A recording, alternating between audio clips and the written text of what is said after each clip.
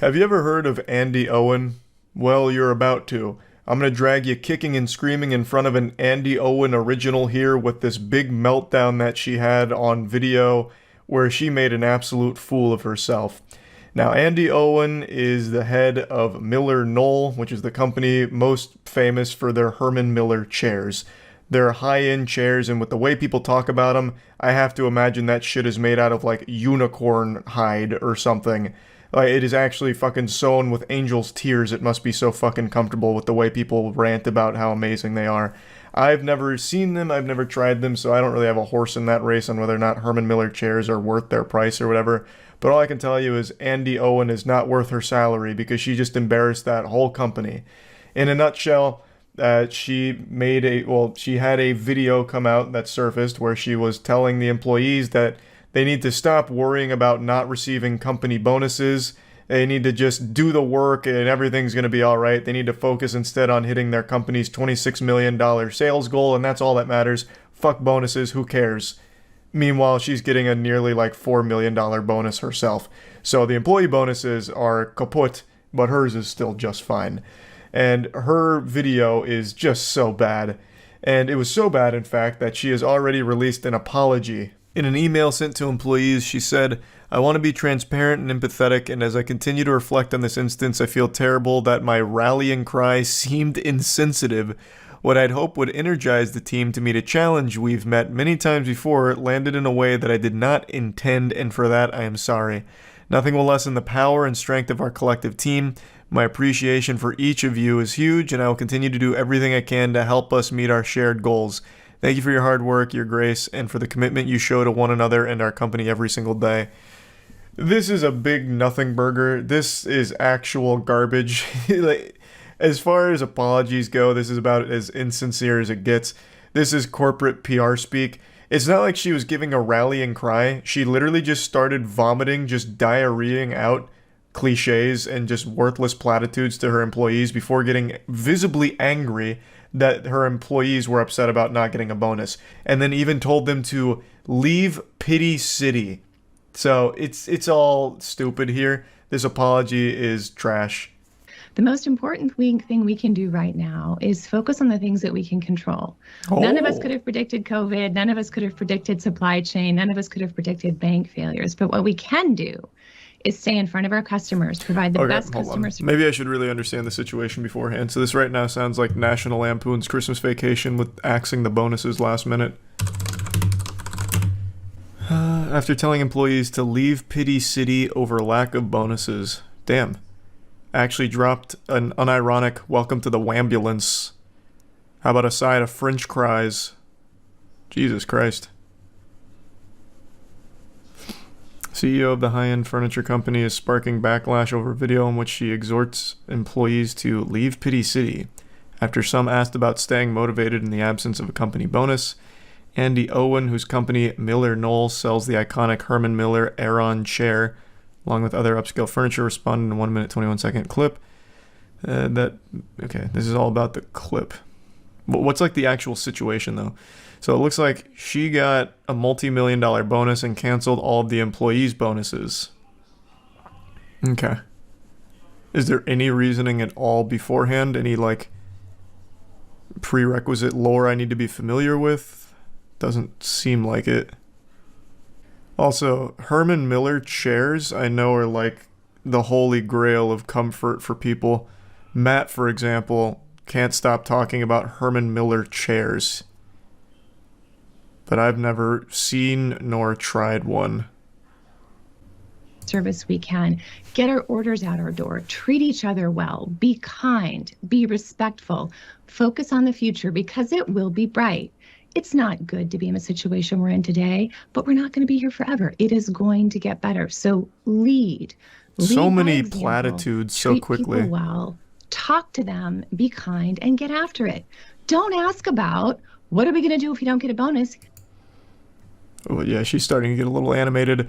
She's literally just regurgitating the biggest fucking cliches of all time. Everything she said there was nothing but buzzword nonsense. Jesus Christ. It reminds me of that clip from that streamer who's like, Well, why don't we just throw ourselves off a bridge? The world is dying. The animals are leaving. And that's okay because all we need is ourselves.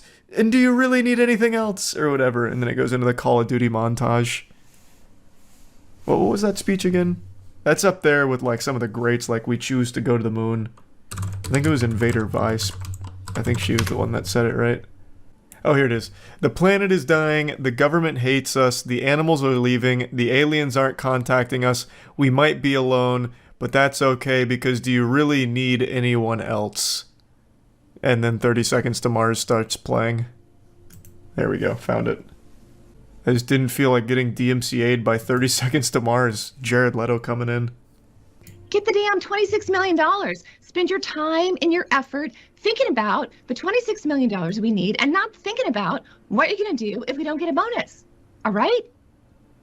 Can I get some commitment for that? I would appreciate that. Damn, she's popping off. I had an old boss who said to me one time, she's getting upset. You can visit Pity City, but you can't live there. So people, leave Pity City. Let's get it done. Okay. Thank you. Have a great day. Damn. Welcome to Shitty City, population Andy Owens. God, good lord. I mean, I think it's totally reasonable, like, hey, can we have our bonuses? And also, why do you get a huge bonus? It seems like she doesn't even have a reason for withholding bonuses or canceling them or whatever.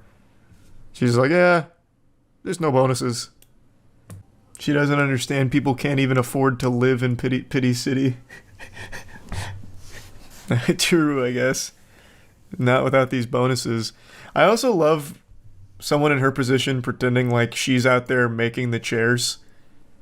Like, alright, it's time we bring ourselves up by our own bootstraps here and start really getting to work on those chairs, alright? We don't need to focus on these bonuses, we just gotta put our head down and do it. As if she's out there with like a fucking wrench and screwdriver. I'll play the Invader Vi clip, but I'm not playing the one with 30 Seconds to Mars. That is like a fast pass to DMCA. I'm not even fucking with it. But here, I'll give the OG original. Damn, I didn't realize this was like 4 minutes worth of monologue. Faking these things, and that I'm psychotic, that I'm 88 motherfucker, even more into the blanket part, and I think that we can do it together. Jesus Christ. I don't know that I can't do it by myself, because I come in here every single day, covered in glitter, covered in sequins, covered in booty shorts, covered in nylons, so that I do not violate the terms of service, so that each and every one of you can have both. Oh my god. Oh my god. So you can have a good time listening to me, playing with me, singing with me, smiling with me. You guys, a lot. I'm just throwing ourselves off a bridge. Here we go, here it is. What the fuck is stopping us from just throwing ourselves off a bridge and giving up and saying, yeah, the planet is dying. Yes. The government hates us. Preach. The animals are leaving. The aliens aren't contacting us. We might be alone. It just might be you and me. But that's okay, because do you really need anyone else? And then 30 Seconds to Mars. Damn, that's a crazy speech though. Holy shit, she was in the zone. That was a flow state. I've never seen it in its entirety. I've only seen that ending. But why did she say all that? I don't know, man. I still don't know where the animals were going. There was just a whole lot to unpack with that speech. Whenever I see a massive company start to show signs of failure and going down the path of collapse, I'm often reminded of the late great Blockbuster, God rest its soul, the pioneer who really did it first, a company deemed too big to fail, snatching defeat from the jaws of victory.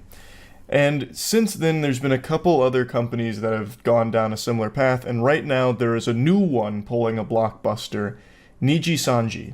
Whether or not you're a huge VTuber fan, you're at least familiar with the industry. VTubing is huge, and it has been for years now. It's worth hundreds of millions of dollars, if not billions. And in this space, there are two agencies that stand atop the others as kind of the titans of the space. It's HoloLive and Niji Sanji. Now, Niji Sanji has an English branch that right now is going through one of the most foul displays of mismanagement, cruelty, and just downright terrible business practice I've seen in quite some time. It's a real head scratcher because every single day they continue to dig themselves a deeper and deeper hole. It's like this company is run by a Voltorb that is obsessed with using the move self-destruct. It is just bent on burying itself. So I definitely wanted to talk about it now that I'm fully caught up on the situation. There is so much to go over. There's a really good video that breaks down like the main timeline here for what happened. It comes from Mujin. I'll go ahead and play the main catalyst for this, and then I'm going to actually turn to a series of Reddit comments that were left that I think go over the entire history of the Niji Sanji problems that have come to light, and then fast forward to what just happened last night, where an even bigger controversy just unfolded. So there really is a lot to cover, and all of it's looking terrible for Niji Sanji, the English branch, that is. Now, when I first was made aware of this on stream a little while ago, I said that I'm not even surprised by it because a lot of these VTuber agencies have a history of some very terrible things going on behind the scenes. Many of you know I started my own agency for YouTubers and streamers a while back called Human Media Group. We recently merged with Jimmy Here's group and became Mana Talent Group. And over the years, I've actually seen a couple of these VTuber contracts that they were formerly under. And it is downright evil what some of them were doing to the talent that they manage. I obviously can't get into the specifics of it, but it is some horrible stuff, that some really bad stories and bad things that we saw from that. But even being familiar with some of the horror stories that we'd learned over the years from some agencies, I was shocked to see just how bad Niji Sanji was here. So I want to focus more on the most recent stuff that just happened, but I still would like to give you a foundation for what started all of it. So for that, I'll turn to this clip from Mujin's video that breaks down this whole situation and just give you the catalyst. This was the assassination of Archduke Franz Ferdinand, fundamentally, that kicked off this world war against Niji Sanji, all of which they brought upon themselves by being just complete, unreasonable, evil assholes. It all started on Christmas Day, a day you're meant to enjoy with family. It couldn't have gone worse. The trigger for this entire catastrophe? A music video. Selen had worked on a music video for her fans. She paid $15,000 out of her own pocket because Niji Sanji wouldn't fund it. And on top of not funding it, what do? They take down the video in under 24 hours. No explanation to the public. Remember what I said about corporations and how they have access to all social media of their VTubers? Yeah, that's what happened, and she couldn't do anything about it. All she could realistically do under the very tight contracts and NDAs of a corporation is make up a vague tweet, sort of explaining what's going on to her fans. Selen was a VTuber that was very popular and was with Niji Sanji's English branch. And she had a history of being super involved in her community. She called them Dragoons. And she wanted to do a special music video for the community and paid $15,000 out of her own pocket to make it happen for the fans. And she posted it, thinking that it was totally okay to do because she self-funded it when Niji Sanji declined to, but they made a big stink about it and took the video down, even though she had permission for the song that was used and even though it came from her own piggy bank instead of theirs. They didn't like that it didn't get the proper approval through the internal management. Because the way Niji Sanji runs their company, it's with a fucking iron fist. You need permission to fart on stream as a VTuber under that agency. And since she didn't get all of the proper channels to sign off on it, they took it down. Which of course was a huge hit to Selen and her community because they worked very hard on that project.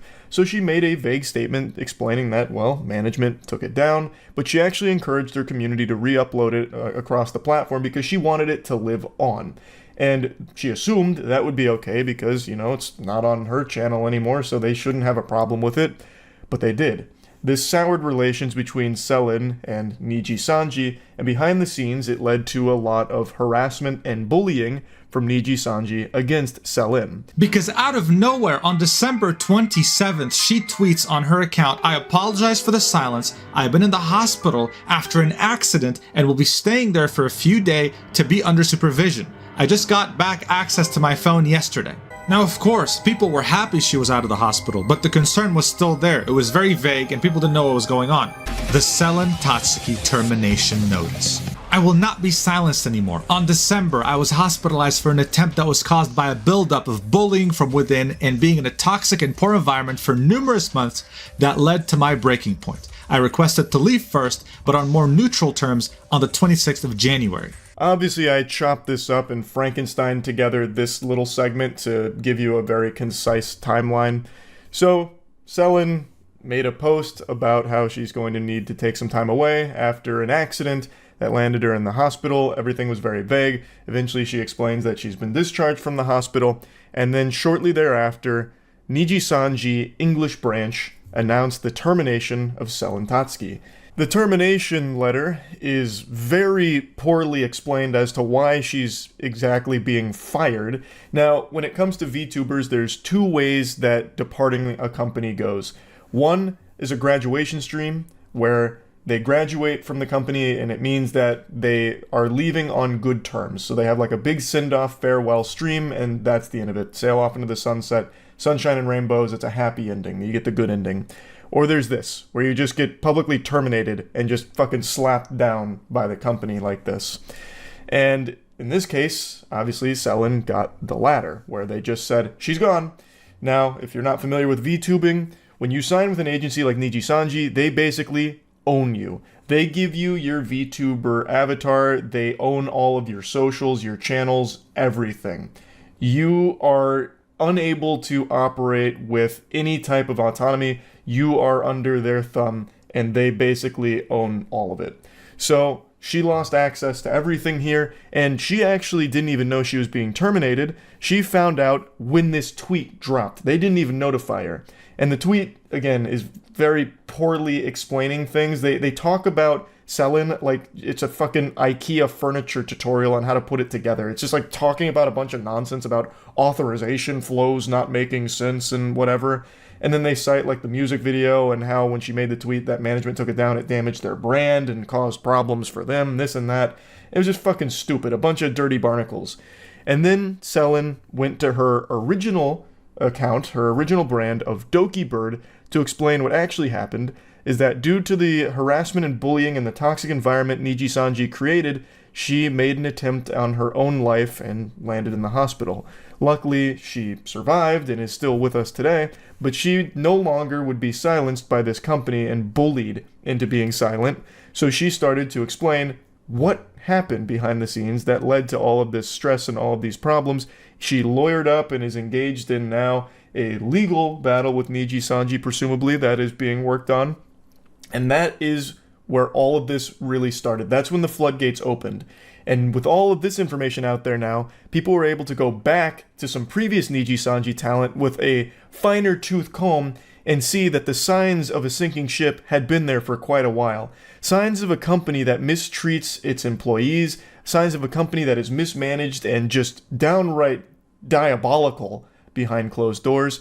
And I want to go over that because we have a lore master in the comments section of a live stream fails clip that I think does an extraordinary job of just laying all of this information out. So our guide is Weebshitter69.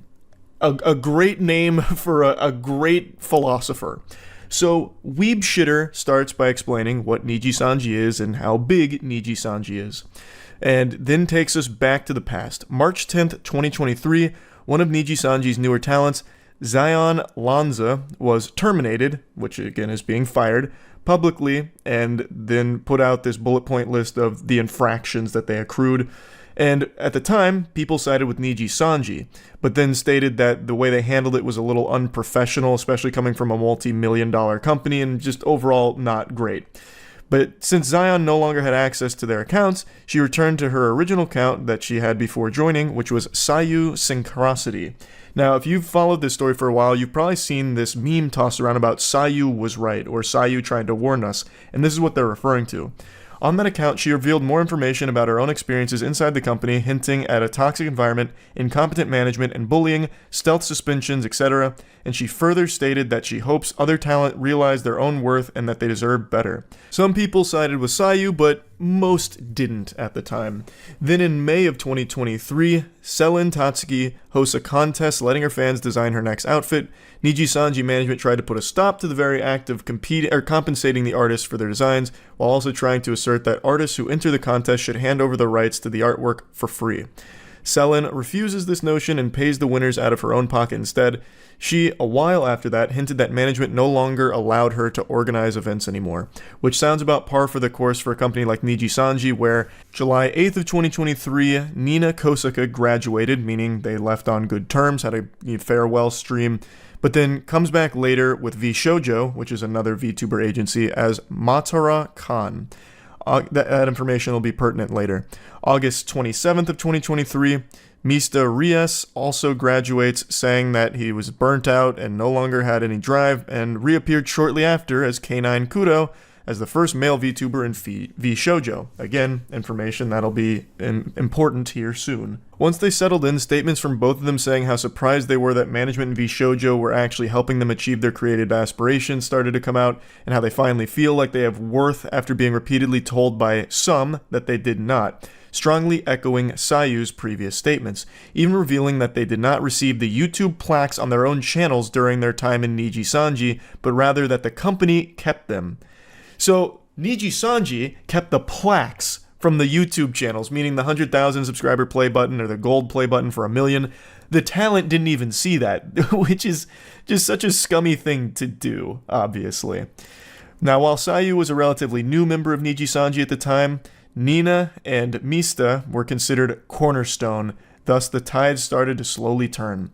And then they jump a bit forward in the timeline, and that's when they fast forward to the Selin Christmas catastrophe with the music video that got taken down by management. And then in January, with the departure of Pomu Rainpuff, more people started to wonder how bad things were at Niji Sanji. Pomu Rainpuff was one of their biggest VTubers and shocked everyone when they announced their graduation in January.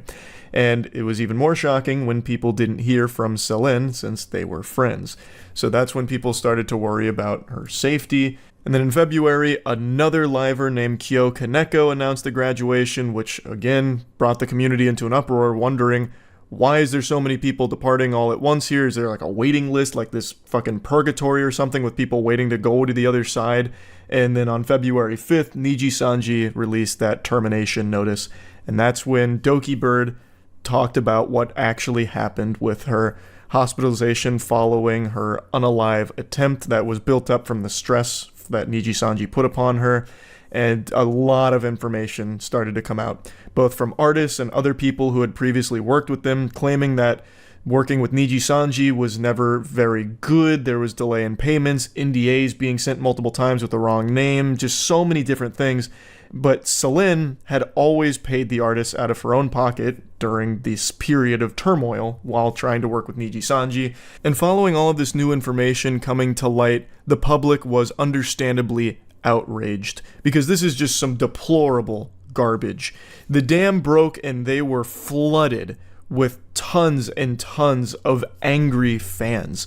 The tornado blew through and picked up 500 septic tanks, and the shitstorm that came with it was something that Niji Sanji couldn't have possibly predicted. So Niji Sanji's stakeholders started to suffer. They lost several sponsorships because of all of this. Apparently their stock price, like their valuation or whatever, started to plummet as well. It was a huge hit to their company, and it only continues to get worse by the day. So Selin revealed that she had spent like $250,000 of her own money on projects throughout the last year there, so she made no profit. And a very interesting piece of information that people brought up is that in December of 2022, Mista Rias had a slip of the tongue revealing that talent only gets 1% of merch sales, and other reports stating that it was a whole 2%. And this serves to showcase that Niji Sanji doesn't just harass and bully their talent directly, they also financially fuck them. That is downright criminal. Only giving 1 or 2%, if they're feeling gracious enough, of merch sales to the talent is mind-boggling. And I saw a couple people defending this, and let me just go ahead and take you in real quick, because it looks like you blew in from Stupidville. That is unacceptable. Yes, the VTubers here don't actually own their avatar or anything. That does belong to Niji Sanji, and they signed the contract and agreed to that. But without them, that merch doesn't move. They are still the sole force for why that merch sells in the first place, thus should be compensated fairly. If they don't make that tweet about the merch being available. If they don't talk about it on stream, 0 people buy it. And to only give them a 1 or at most 2% cut of that is just laughably pathetic and it's just depraved, really. And this also led to a meme that you've probably seen if you've been keeping up with it, about how Niji Sanji's CEO was too busy on his yacht that he built on the back of his talent through exploiting them financially. It comes from this information, where apparently the CEO had flexed that he had a yacht that he had recently purchased or something. I didn't look into that too deeply, but I keep seeing that pop up everywhere with people citing different sources for it. I believe that that's probably something that happened because they are legitimately just exploiting their talent here. This is a completely unacceptable split.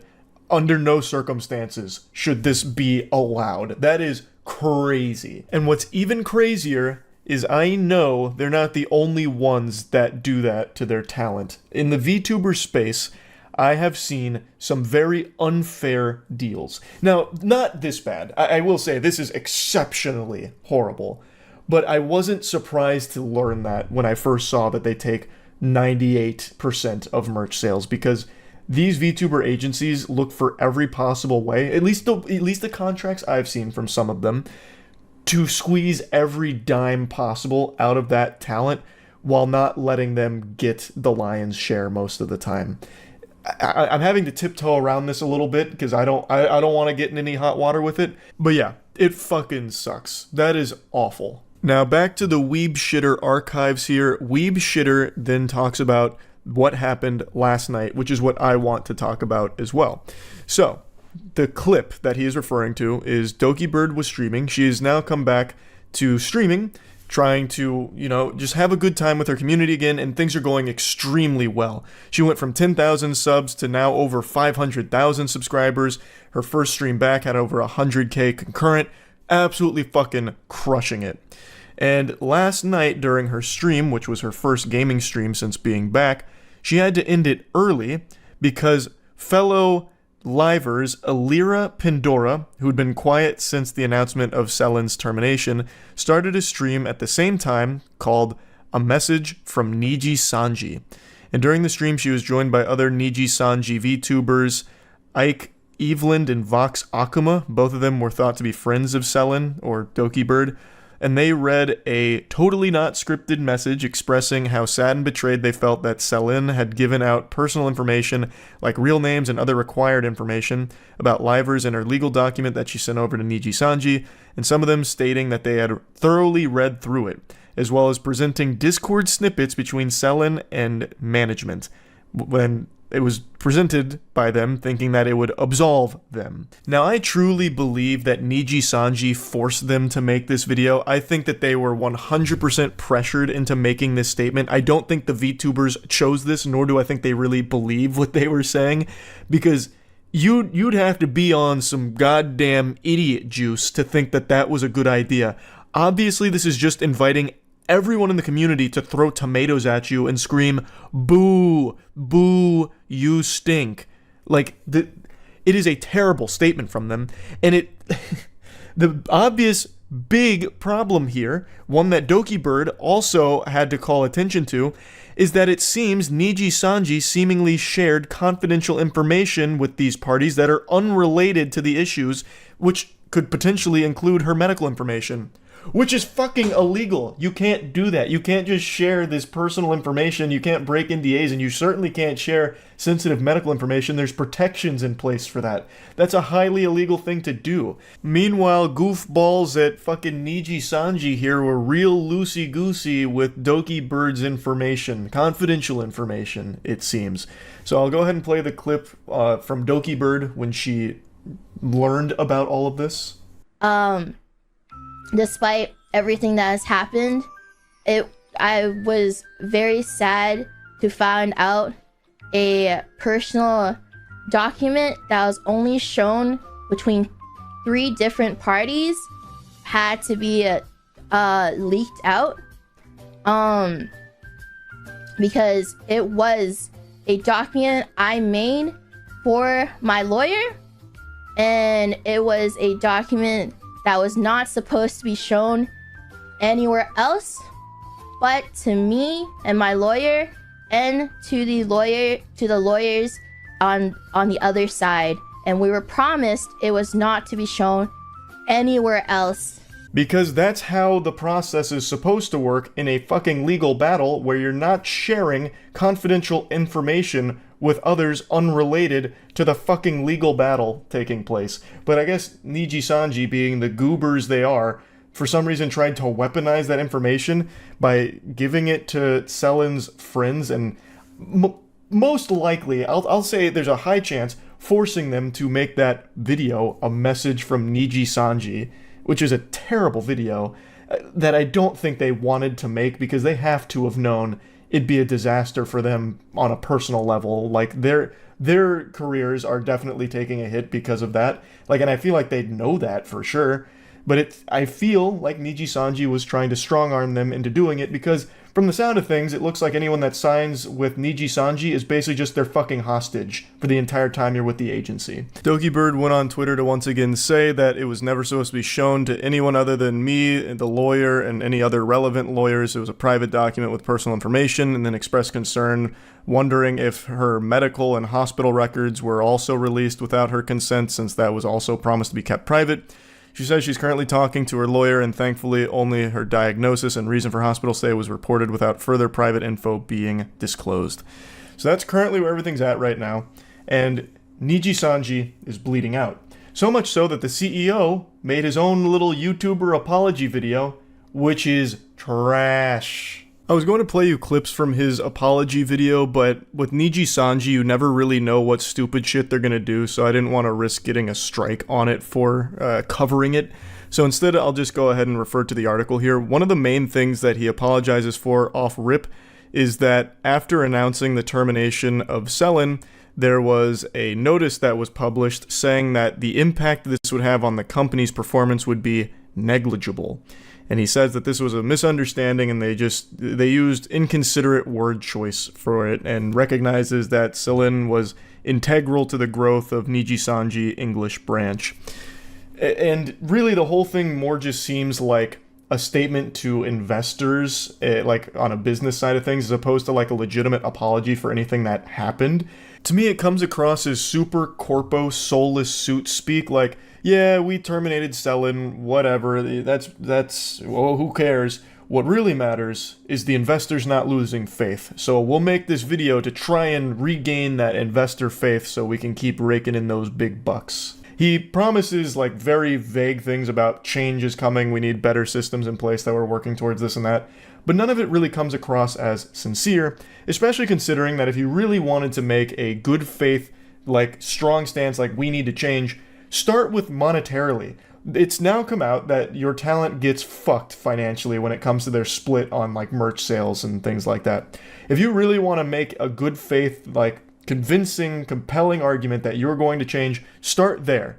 I would like to see that, because you can easily showcase that one. It's going to be hard to convey to the public that you're changing things behind the scenes, because again, that's behind the scenes. It's always going to be something that the public's never going to be fully privy to. But your merch split with your talent, that is public. If you allow your VTubers to talk about it, they can say, hey, look, we just got raised up a ton of percentage when it comes to our merch split, and we really appreciate that. It's a sign of goodwill, you know, and maybe things will get better in the future elsewhere too.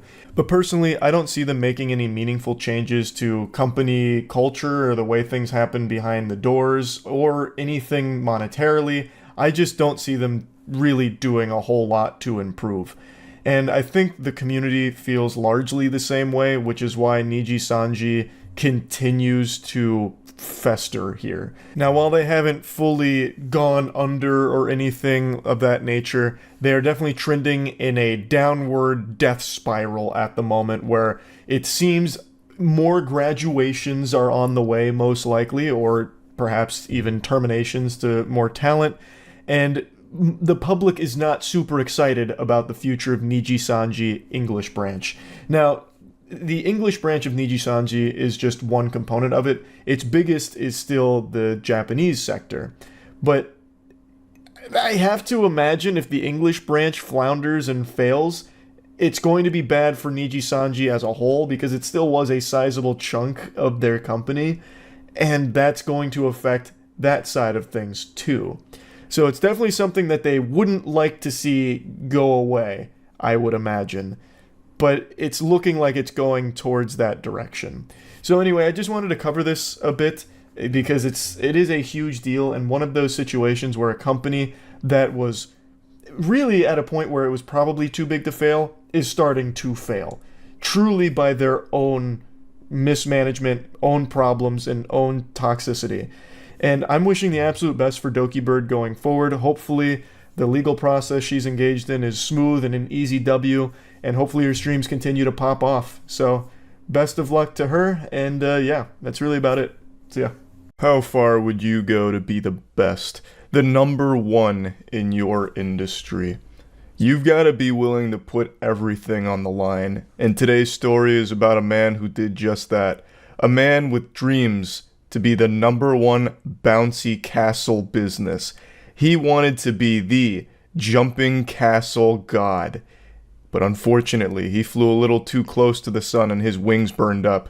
Well, not really his wings. He just burned up every business that also sold jumping castles. He committed a series of arson attacks on rival bouncy castle businesses. His name is James Balcom, and he looks like a silly character you'd make with the Dark Souls character creator. He's currently serving an 11-year sentence for all of this, and I just found the whole story so wild. I legitimately feel bad for all of the rival businesses because a few of them lost their entire business to his arson attacks.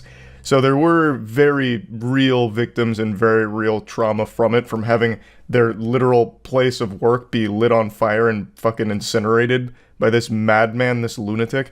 So I wanted to go over this story here because it's a weird one. Did you see the video on Melbourne's bouncy castle king that was jailed over a string of fire attacks on his rival bouncy castle businesses? Oh my god, what? Anderson threw a Molotov cocktail through a smashed window at a business, causing a huge blaze that engulfed the factory and destroyed 110 jumping castles.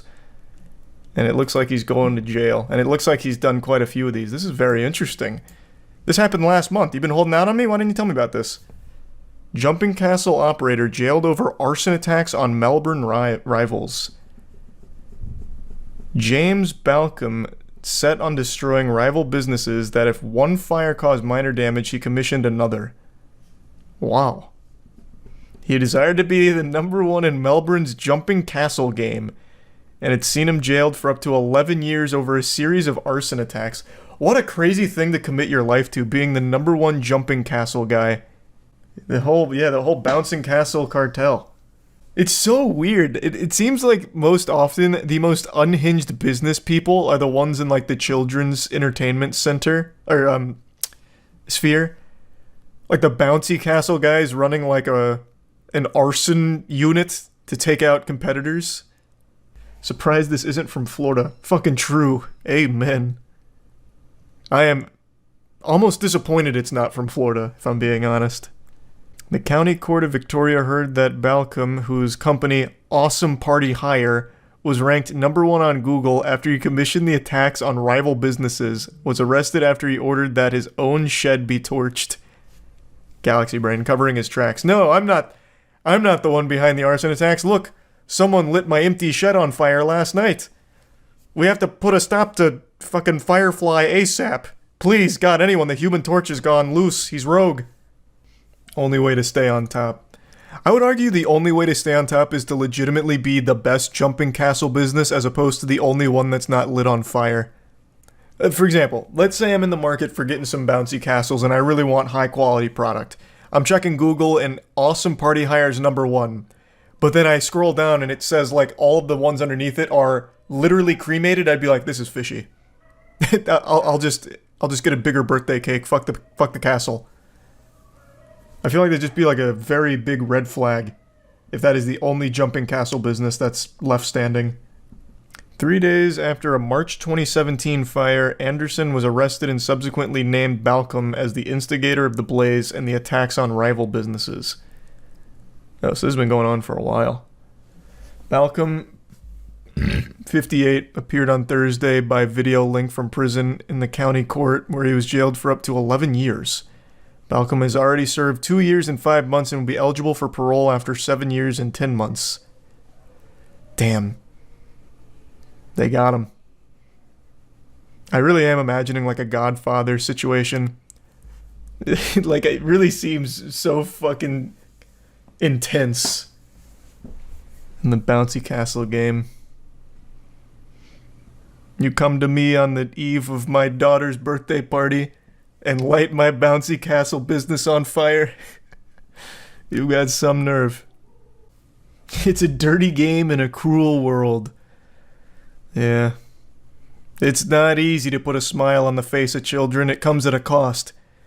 And that cost is fire and flames. They're bouncing on the backs of the corpses of other Bouncy Castle businesses that came before them. And they don't even know it. It impacted the lives, livelihood of others and caused significant loss, suffering, and emotional trauma. Yeah, I mean, yeah, Arsenal do that to you. One business was targeted 3 times. At that point, just hire full-time firefighters on standby. That is so interesting. What does he look like? I want to look him up.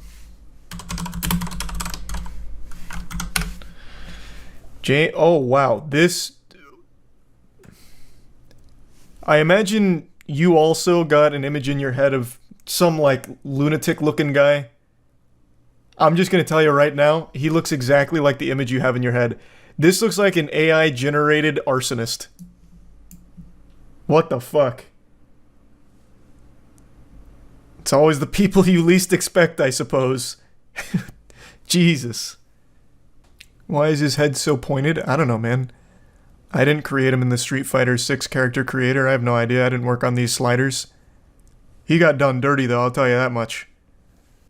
God, this is so powerful. You became very successful in the jumping castle industry, but you also became completely fixated and obsessed with it. It consumed your every waking moment, Court Judge Stuart Bales told Balcom. You became the Dark Knight. You fell right into the Joker's palms. You're better than this, James. Gotham deserved more. Is that a mugshot? Yeah, he's already served 2 years of his sentence. So this must have been when they brought him in. They probably had to drag him kicking and screaming out of his bouncy castle. 110 jumping castles ignited and lost in an instant. Jesus, they lost their entire business from that. PU, Borderlands movie is a big stinker. Everyone knows it. If you've seen the movie, I'm sorry. If you haven't seen the movie, I'm jealous. It's truly atrocious no matter how you spin it. Every possible thing you could ever hope to enjoy about a film is absent in the Borderlands movie. I think it's unanimously hated across the board. If you find me one human being that says it's a good movie, I'll find you a liar. But I'm not here to just shit on the movie again. I did plenty of that yesterday. I cleaned out my whole colon on Borderlands yesterday. Today, I want to talk about the Take-Two CEO's response to the criticism, because it's not getting stellar reviews. There's not exactly glowing reviews. There's not a whole lot of enthusiasm behind what people are witnessing. I'm using the word witness instead of watched because when you witness something, it's usually something traumatic, like some kind of tragedy, and that is very much what this movie is.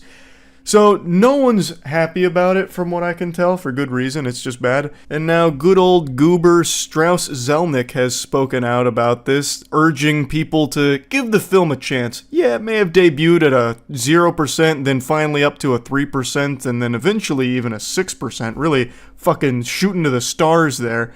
But hey, don't let that cloud your judgment of it. You know, as Darman taught us, you can't judge a book by its cover. Go give the film a chance. Go waste your money on this movie, says Strauss Zelnick. Now, Strauss Zelnick is the Take-Two CEO, and he's no stranger to putting on the squeaky nose.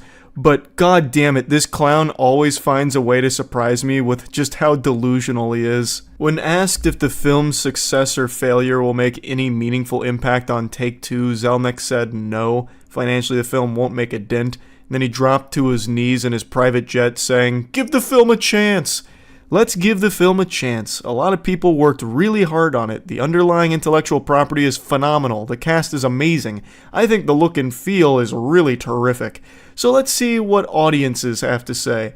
But to answer your question, no, the performance of the film wouldn't have a financial impact on us or on the franchise one way or another. I am certain Strauss Zelnick has never touched Borderlands in his life. If he ever even held a game controller, I bet that shit would burn his flesh like a vampire in the sunlight. The guy is just a corporate drone. He is this husk that has human flesh grafted onto it. He's just this being of greed. He doesn't know Borderlands. I doubt he's ever touched the game, and I'm pretty confident he hasn't watched the movie either. In fact, I'm more confident that he hasn't seen the film than I am confident that the sun will rise tomorrow. I also love how he mentions the cast being terrific. How out of touch can you fucking be? That's one of the biggest complaints about the film from everyone with eyes. The casting in this movie makes no sense at all. It's clear the bulk of the budget went with just getting A-list celebrities on board. And they probably had to pay out the wazoo for it because none of them really seem like they want to be there at all. So they probably had to fucking fork over fat doubloons like Scrooge McDuck here to get them to put their name on this pile of dog shit. It is an embarrassing movie, and the actors seem embarrassed to be in it. So they spent all of their money getting Kevin Hart, Jamie Lee Curtis, Cate Blanchett, Jack Black being the only one that tries at all in this film. Everyone else just like fucking sleepwalks through it. That is not something to highlight. It's very clear that the entire strategy for this film wasn't to make a good movie. It was to just try and sell tickets by having big names attached to it. It's the worst tactic ever. It's a certified how many times do we have to teach you this lesson, old man moment. There are so many video game adaptations that have come before this that have proven infinite number of times now that this formula doesn't work. If you make an adaptation that doesn't pay respect to the source material and just doesn't even try, it doesn't work. It flops financially. The reception to it is bad. Like, look at the Halo show which recently just got canceled, or the plethora of old video game movies we can all point to over the last couple decades. I don't know what puppeteer is behind the scenes, the goddamn Illuminati over there, that keeps, infecting the brains of these Hollywood suits that are convincing them that the way to make adaptation successful is just by getting big name actors on board. It just doesn't work, and they keep doing it. It's actual insanity. They spent $90 million on this star-studded cast for this $5 fart of a film that they produced here. It makes no sense. If you make a bad movie, it doesn't matter how much star power is behind it, it's not going to succeed.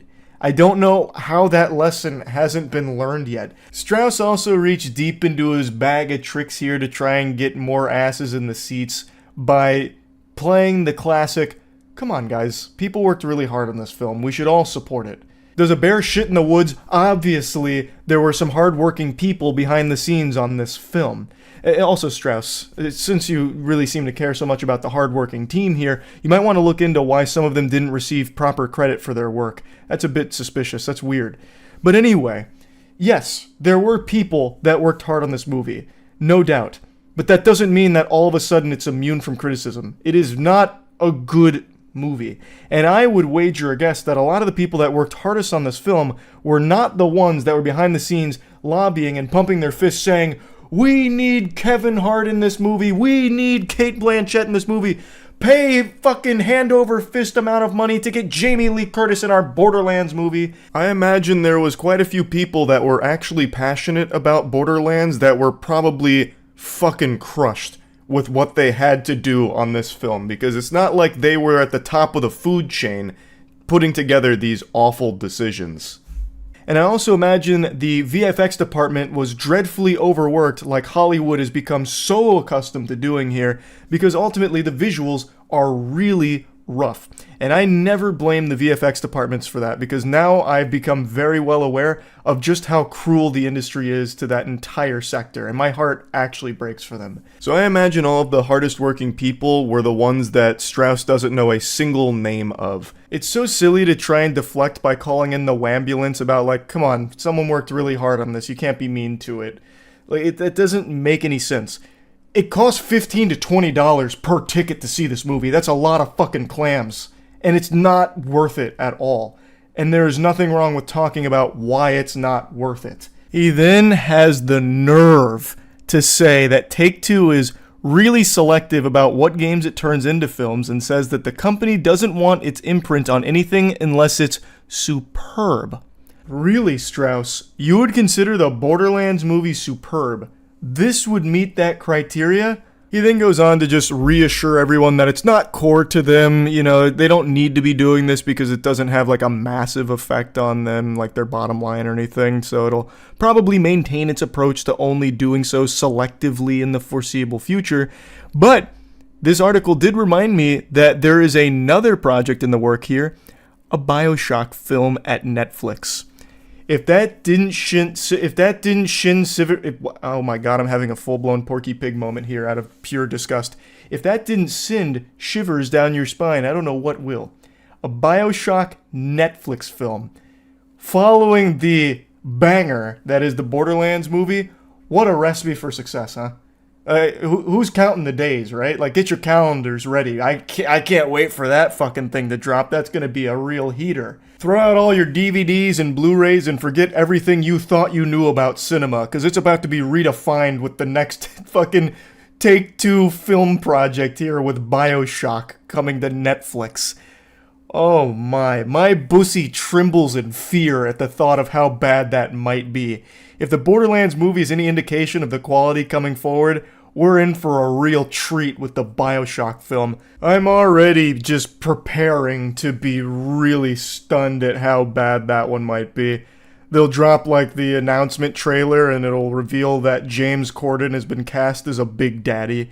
It's just so weird to me how we're still getting horrible adaptations. The roadmap is there. We have seen so many good adaptations recently. Like, you can see that all of the success is right there, and they just out of spite choose not to follow that and instead just be like, no, we know better than fans of the property that we're adapting. In fact, we know the direction that people actually want to see it to make it accessible to all audiences.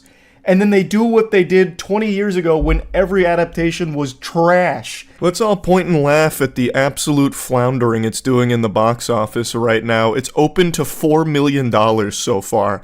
On a $100 million budget, that is super rough.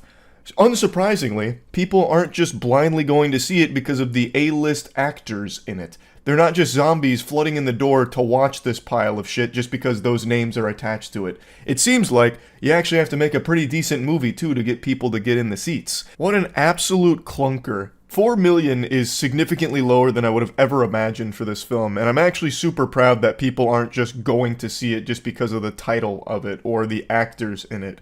It really isn't worth the time or money. So it's very reassuring to see that it's doing so poorly here, because it, under no circumstances, should succeed. It's purely a cash grab that isn't grabbing much cash right now. They actually would have made more money if they just compiled every cutscene from the Borderlands series into a movie and released it for free on YouTube. They probably would have made more off just the fucking AdSense from that, as opposed to this $100 million theatrical catastrophe. But yeah, don't listen to Strauss. It's not worth giving the film a chance. The movie's just bad. That's about it. See ya. How the fuck is it going, everyone? I'll go ahead and acknowledge the elephant in the room. That Lubriderm lotion right there is not for masturbating. I use it for my hands. I just forgot to take it back to the bathroom, and I just now noticed it when I started up the recording. Anyway, what we're here to talk about today is Gearbox CEO Randy Pitchford and the hot water he finds himself in. Randy Pitchford is the CEO of Gearbox, aka Borderlands Studio, because that's the only good game they make. Good. I'm not even a fucking fan of the series, but I can acknowledge that it is a good series. But anyway, Randy Pitchford finds himself in some hot water, some real hot diarrhea water. He's getting sued for a bunch of different shit that I'm not really going to talk about because it's not super important to the story, but I need to talk about him getting sued because it is important to what we're about to talk about and listen to. Randy Pitchford's going to tell us a story, like a beautiful little school teacher telling us a great story, except Randy's story is about weird porn. But anyway, in the lawsuit, it's alleged he had a USB stick of underage porn on it, and he goes on a podcast the day after this lawsuit comes out and talks about his USB stick of porn. He claimed it was of-age porn, barely legal porn is what he called it. And I'm not here to talk about that. I'm here to listen to this guy's fucking disgustingly weird story, and we're going to reflect on it together. But I don't know what kind of fucking caveman carries around porn on a USB stick, nor how he could ever think it'd be a good idea to go on a podcast the day after these claims come out and corroborate that, yeah, he had a USB stick of porn, but it was for the purpose of magic tricks. I'll carry my work around on a memory stick.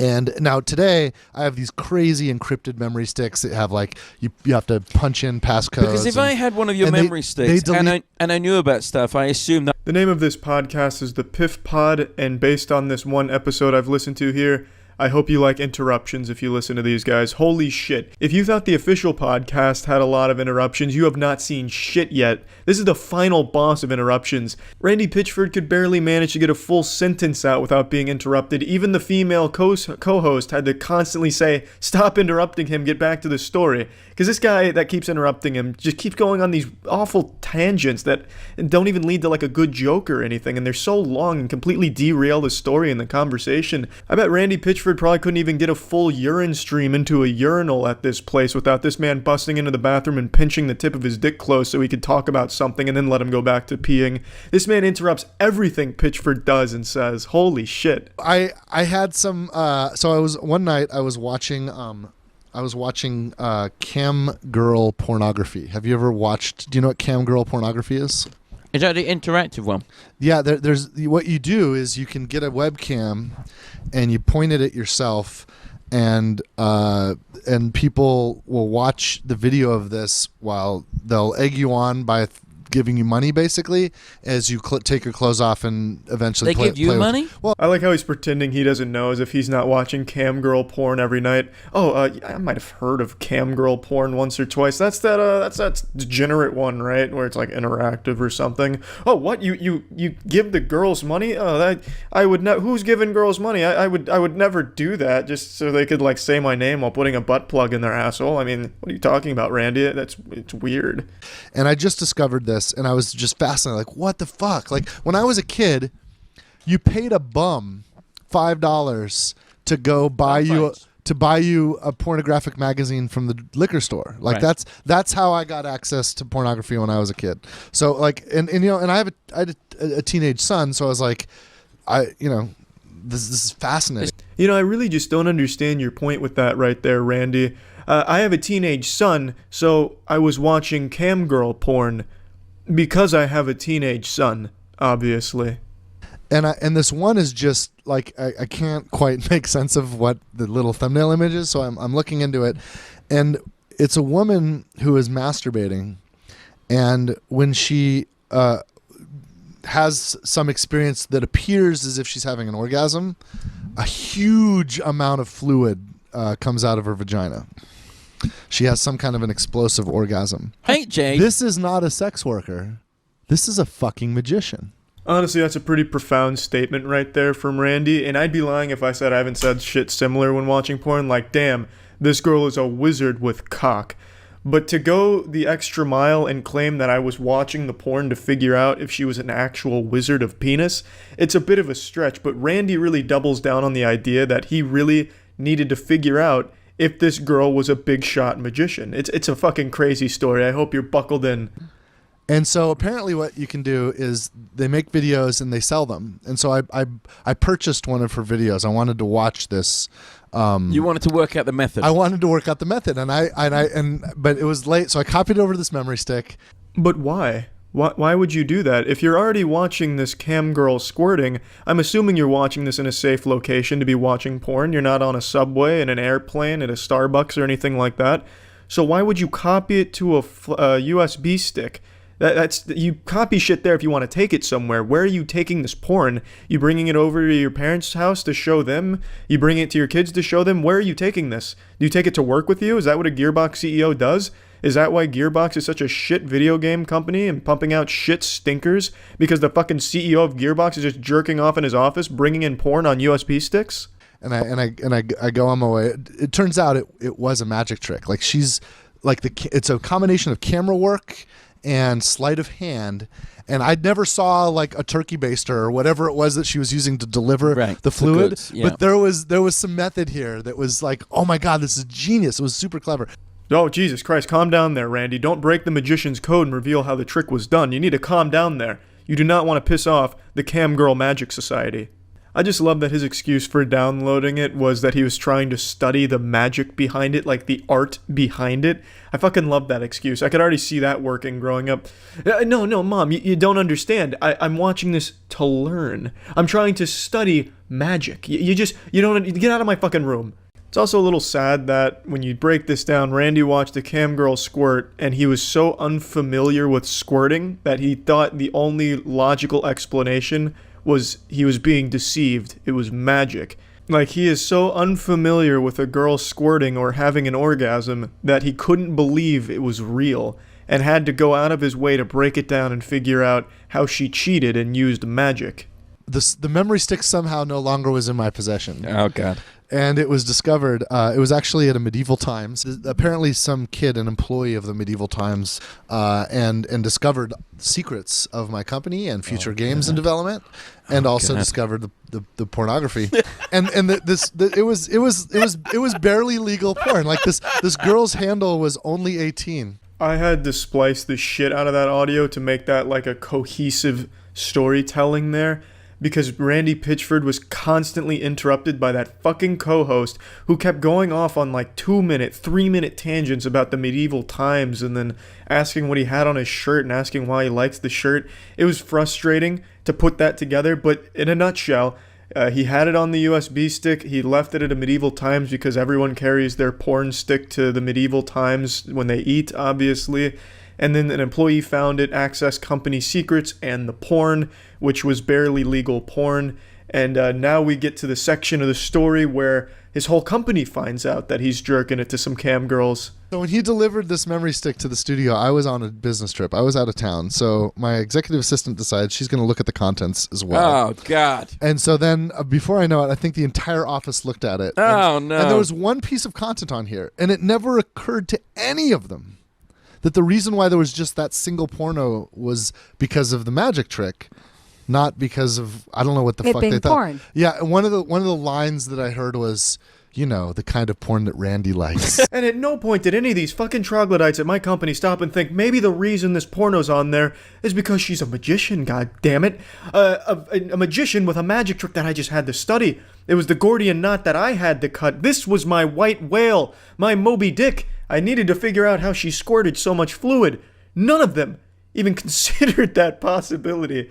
Randy, you fucking weirdo. If you came in possession of that USB stick and you saw that porn, would the first thing you think be like, maybe this guy's not jerking off to this? That'd make no sense. Maybe what he's actually doing is trying to study some, magic. But really, that's where the story ends, because then it just once again devolves into a competition for the host to talk over Randy. It's just a constant feud to say things at each other.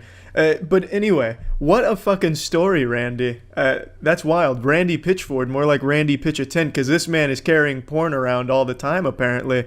Fucking crazy. Wild tale, and now all of you out there have a good excuse. If your significant other finds your porn or something, just say, hey, look, I was just trying to learn the method, you know what I mean? Like, I'm onto a big breakthrough here in my magic career. I think it's foolproof. That shit is fucking watertight, bulletproof, and that is an insane fucking story right there.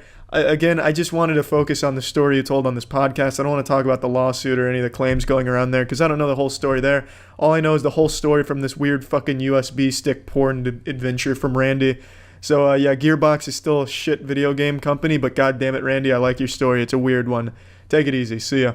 Speedrunning an intro here. I just learned about some of the most entertaining drama of 2024. I saw it through Evil Pineley's video covering the situation 2 weeks ago, and it is still going currently today. It's about the CEO of a parchment paper business losing his mind and having this whiny temper tantrum meltdown, all because he watched a TikTok video of a girl being cooked a meal by her father. When I told my dad I was going to be getting him the same pans that Gordon Ramsay has, he was so excited. I'm talking about the hex-clad pans, and today... It's a super innocent video of this girl's dad making a meal, and the CEO of parchmentpaper.com was angrier about this than he would be if he walked in on his wife having sex with another man. Though it is quite the stretch of imagination to envision this guy, this lunatic, with any kind of companionship in his life. So after watching this, he was infuriated, went on the actual company's business account, and left a mean comment, which started a series of events he couldn't have possibly foreseen. I posted a video yesterday of my dad cooking for me with these hex-clad pans that we had gotten. There was a comment on there where the person goes, "Must be tough living a life on easy mode." I also didn't think the comment was rude at first, so I responded with, "Lucky to have parents who make it possible." And they responded, "Yeah, we get it. You have no skills and family money." That's already such a weird comment right there. Must be nice living life on easy mode when it's just a girl getting cooked a meal by a caring father. Like, how bitter and miserable can your life possibly be to just see something like that and be like, I gotta give her a piece of my mind? That's a line that's usually used in reference to camming or OnlyFans or something. Must be nice living life on recruit difficulty because men are giving you a ton of money just to be hot or be naked or something. And this guy's taking that same energy and putting it into this situation where it's just a girl being cooked a meal by her father. Make it make sense. So he's so upset that he's doing this from the actual business account for parchmentpaper.com. So the Parchment Paper Patriot is really having a conniption. And then the poster responds saying, you know, it's supportive family, got lucky. She said she didn't even find it rude at first, which I don't know how you would see that as anything other than rude. But regardless, her response was super sweet, and he gets even more heated about that, fucking steam coming out of his ears, and goes, "Yeah, we get it. You have no skills and family money." What kind of projection is this? Holy insecurity. What do you mean you have no skills? All she did was show a video of her dad cooking her a good meal. It's ridiculous to assume that she has no skills. It's based on nothing. She could have bow hunting skills, nunchuck skills. She could be one of the most skillful human beings on the fucking planet. We have no idea.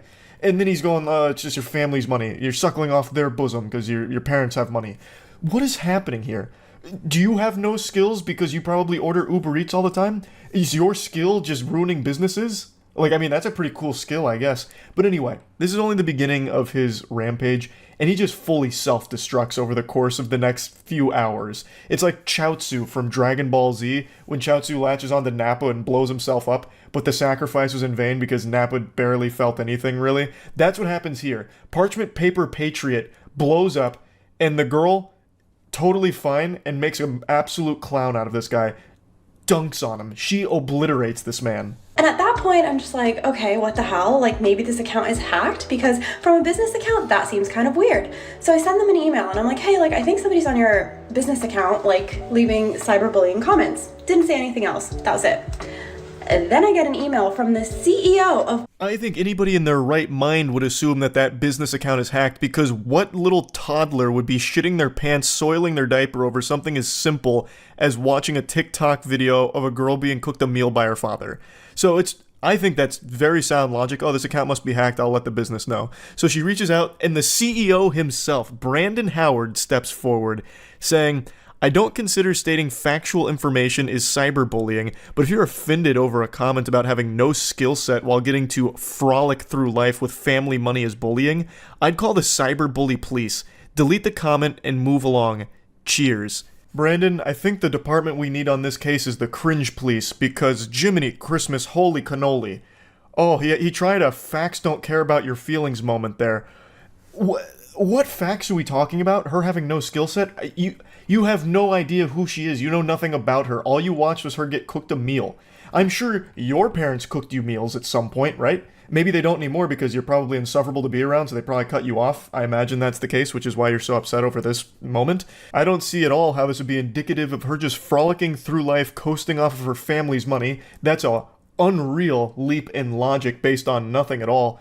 And honestly, she was like a good Samaritan here, like looking out for your business, thinking that you might have been hacked because of how awful this behavior is and how terrible of a look it is for your business. And then you double down and make things significantly worse by being this big loser. Also, I love the chutzpah here from Big Baby Brandon to claim that she was offended over his comment, when this sensitive worm was offended first over her being made a meal.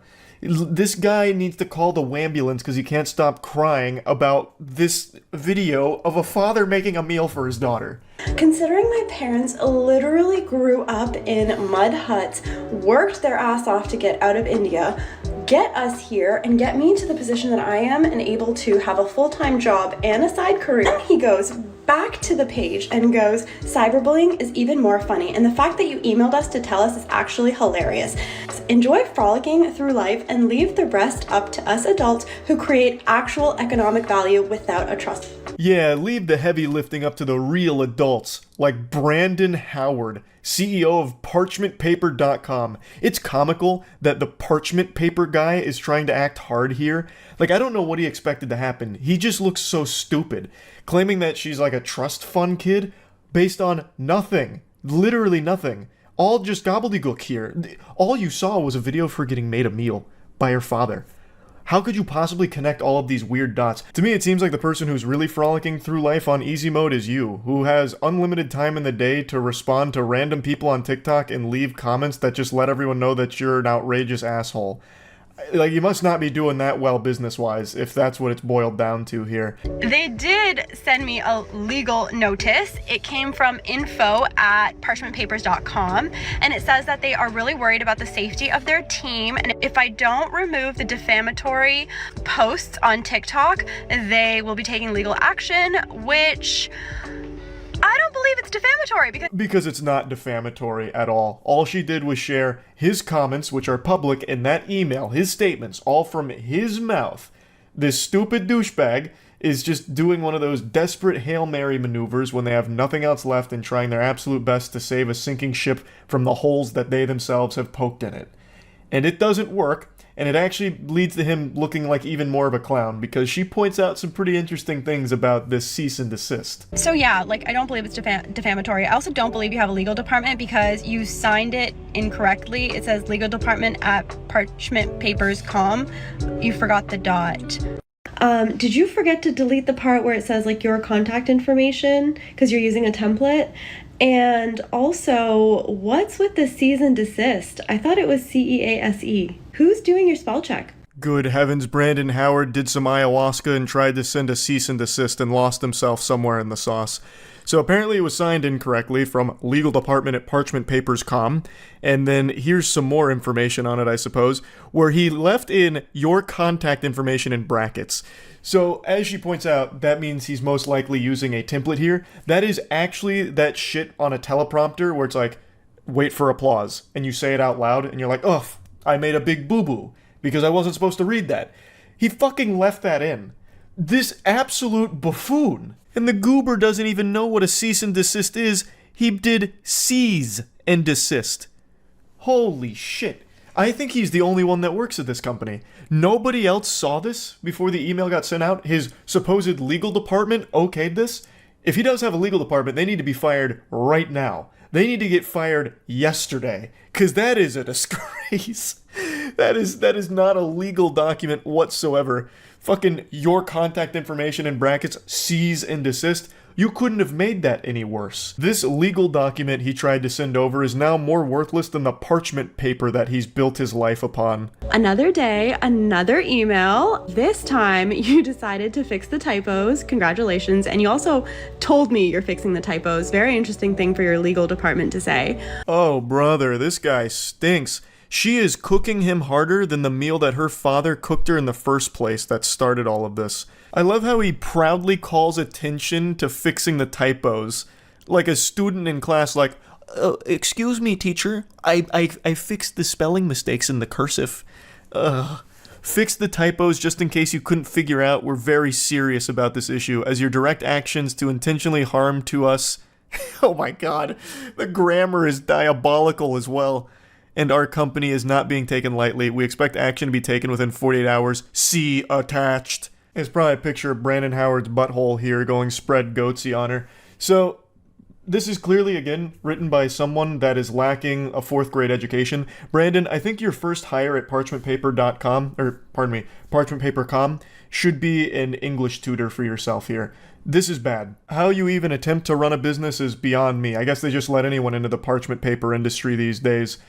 But, yeah. So, Brandon again tries to strike back here, and again looks super dumb for it. But congrats on fixing the typos, idiot. But your cease and desist at the bottom, I saw that it said rocketlawyer.com. So of course I had to call them and ask them, is this a real legal document? And they said no immediately, and they said this looks like a phishing scam and you should probably not respond. Oh god, even rocketlawyer.com's shooting spitballs at Brandon now. Just saying that, no, it's definitely not real, it's probably a phishing scam, don't respond to it. Oh, what do you use the parchment paper for, Brandon? Honestly, it's almost poetic that the guy who owns a paper business can't read or write very well. I think that's poetic almost. Anyways, then you decided you're going to start using my work email, which is public, to sign me up for corn sites, for Scientology, but you forgot that those companies will actually send you the IP where the accounts were made from. And it's funny because it's pinging in California, and I'm not in California, so... But I do remember that on Trustpilot, when you had your address up, it was coming up in California. Suspicious, huh? Brandon's out here collecting L's like they're the Infinity Stones. He is greedy for that shit. He can't stop losing. And I can't stop thinking about how he signed off that legal document about, like, having 48 hours to comply or whatever, trying to give it, like, a deadline, like, this is the ultimatum. You've got to do it within 40 hours, or else it's gonna get serious if you couldn't tell. That's just so lame. Like, I feel like he must have just watched Mission Impossible at some point. This message will self-destruct upon finishing. That kind of thing, and he tried to channel that into this document here to give like a sense of urgency, but it falls so flat. But you want attention so freaking bad because you will not stop talking about this. You are basically the only one who is still talking about this at this point. Since my initial email to you where I thought your company was hacked, I have not tried to contact you. At first, you were laughing and sipping Mai Tais on the beach, and then you were having crybaby sales because this was drawing you so much attention. So this video is only 3 days old, which is weeks after Brandon's biblical meltdown, and he's still going on about it. So this is a screenshot from his crybaby special, which, oh my god, the irony almost makes me sick. This fucking guy lacks self-awareness to an almost delusional degree. He is the only one that has been crying. He started with the waterworks and the French cries because he watched a girl get cooked a meal by her father. He is the crybaby, and yet he's still trying to push it on everyone else like they're the problem. Our thousands of real customers will appreciate this. On sale, custom dimensions on demand. Boy, howdy, Brandon. Custom dimension parchment paper? I'm out the door. I gotta get on that right now. All these real customers are probably just so excited by this. Nothing makes me believe in a company quite like them referring to their customers as the real customers. I'm sure there's probably dozens of them. Dozens. Your fake legal letters were not working. You thought it would be a smart idea to reach out to my boss at the agency that I work for and ask him to remediate the situation for you. You thought you could tell my boss to tell me to delete my videos. Just because you involved your business by commenting from your business profile does not mean that you get to include my place of work. Pathetic, slimy tactics from an absolute greaseball here. So he apparently contacts her boss to try and whine to him to fix it, which obviously didn't do anything. Brandon, this is so sad. This is so embarrassing. When all of this failed, you thought it would be a great idea to send me one more email stating that you will deal with it as you see fit, whatever the hell that means. And then you decided to add this banner to your website. I'm sure you think that this is when it gets so spicy. We do not support woke, feminist, cancel culture, hate mob groups who do nothing positive in our community. On his official parchmentpaper.com website, this guy has lost his marbles. He's off his gourd right now. He's going sicko mode. Brother, what are you even talking about? All she did was showcase your comments and made fun of you. What is the woke feminist cancel culture movement here? You made yourself look stupid and people clowned on you for it, rightfully so. You are the problem. And also, didn't you just try one of those cancel culture maneuvers by contacting her boss and her place of work to get her in trouble because of you and your beef with her? How can you lack self-awareness to this degree? It's almost criminal, I would say. It gives me the heebie-jeebies. So he's got this now proudly posted on his website at that point, and I also love how he says that she does nothing positive for the community. When you came out of nowhere, the negative Nancy, just saying that she lives life on easy mode and has no skills and relies on her family's money, all just because she had a video of her father cooking for her. What are you talking about? What positive shit do you bring to the world, Brandon? Now, I will say, that section right there is just so outlandish with the woke feminist cancel culture mob being on the paper's website. It's so over the top that I half believe that might actually be faked by somebody, and I also struggle to believe that Brandon would be competent enough to even put that on his website in the first place. I just don't think he has the capability to do that. And I really don't think he has a team around him. I think it's just him. So I think that one might not be real. But to argue against that point, his statements on the official Black Label Paper Instagrams echo that same sentiment about like the woke cancel culture mob and all of that shit. So there is a chance that it's real. There is a very good chance that it's real, but I do want to put it out there that I haven't been able to 100% confirm beyond a shadow of a doubt that it is, because as of right now, it's not on the website. But he could have just deleted it after backlash. But you continue to talk about it, you continue to make stories about it, and you continually want the attention. As if all of this was not enough, you decided that you were going to start making all of your stories on your Black Label Paper account involving your other company now for no apparent reason. Take down another company, why don't you? So this is his other business that he's now calling in off the bench for this drama. I cannot imagine why he thought that'd be a good idea, but it's Black Label Paper. So all of his businesses are parchment and paper related, and I would wager a guess that the quality of his product is most likely atrocious, probably not even like worthy to be toilet paper if I had to guess. So he goes, all you fucking losers need to stop messaging us about a fake TikTok account made by then her and her dumb ass minions because her fragile little ego couldn't handle a couple smart ass comments on IG about skill set and money. I've never had the commie bullshit app TikTok in my entire life. A bold-faced lie. Also, why would you be posting this on your business account again? Like, your real customers that didn't know about any of this are now being made aware of it, and you look so weak and pathetic in all of it. And tell that little... Oh my god. Oh, what? Oh, I can't even read these.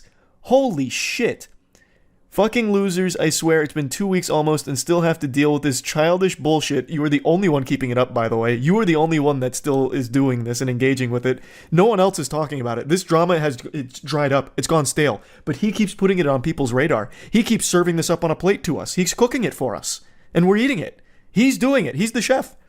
She is too immature to settle this privately, and I'm not going to let some woke hate mob ruin my reputation because they live in some mystical fairyland of make-believe and think because they have 20k followers they're doing something in life. Clown emojis.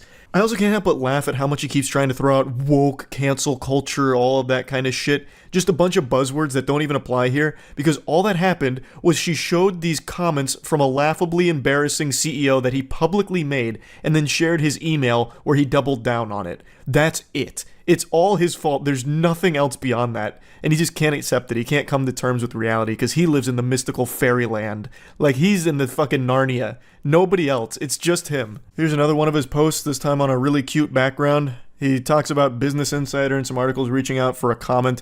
Some fragile ego wannabe influencer IG about their lack of skill set and frolicking through life, where she got so offended and cited the woke hate mob smear campaign against me to get me canceled. Fake accounts were made by her delusional woke followers. He just keeps sprinkling that in there as much as possible, just trying desperately. I cleared up the reality of the situation with all three media outlets. It didn't fit their narrative either, which was to further extend the adult children drama. God.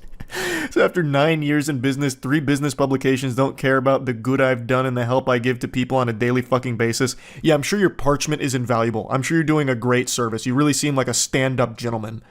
Their entire goal is just to hate people who try and do good. You really seem like you're striving to do good, Brandon. You really fucking do, brother. Yeah. What a saint. Oh, they demand respect, yet do absolutely nothing to earn it, and hate every person who doesn't bend over for their spineless agenda. If you're going to try and shit on me, my brand, business, and companies, you losers need a job, hobby, life outside of TikTok. Fucking losers in their 20s with an 11-year-old intelligence, but yeah, I'm the asshole. Yeah, you are the asshole, Brandon. Also, you're the one with the 11-year-old intelligence. You can't even read and write properly. You tried to make a legal department, like to cosplay as a legal department, and couldn't even get the emails correctly. Typos out the wazoo, and even in the ones where you fix the typos and even proudly proclaim that you fix the typos, you still make a typo. You suck. Like, you are the one with the child brain. Sure what your end game here is, and I'm not even sure that you know what your end game here is, but in your own words, I don't have time to bicker back and forth about some nonsense comments, nor is it my problem that you're offended over them. Yeah, that about sums that up. I think she did a great job of just closing the book on it with that final statement there. Fucking fire. I think this whole drama has been so wacky. Like, entertainingly silly. All over nothing. It started over nothing. Just a really insecure, sensitive guy who lost his mind. And couldn't help but do as much damage to him and his business's reputation. And very impressive stuff. I had to talk about this when I learned about it. Huge thanks to Pinely for showing me this, because this is gold. This is some of that, like, top tier drama. You know what I mean? So I had to talk about it. That's about it. See ya. I've talked about tons of evil companies and industries over the years, but the one I want to talk about today makes Umbrella Corp from Resident Evil look like Weenie Hut Jr. Health insurance. Now, I've ranted and raved about health insurance on stream quite a few times, way before the big thing that happened recently. And I'll just be clear up front that I'm not here to talk too much about Brian Thompson getting banished to the Shadow Realm. I'm here to talk mainly about health insurance itself and how corrupt and malicious it is, as well as the United Health Group CEO Andrew Whitty's video that he made about the response to this whole thing. So to be clear, Brian Thompson was the CEO of United's insurance division. Andrew Whitty is the CEO of United Health Group. I'm sure everybody has been disturbed by the amount of negative and in many cases vitriolic media and commentary that has been produced over the last few days, particularly in the social media environment.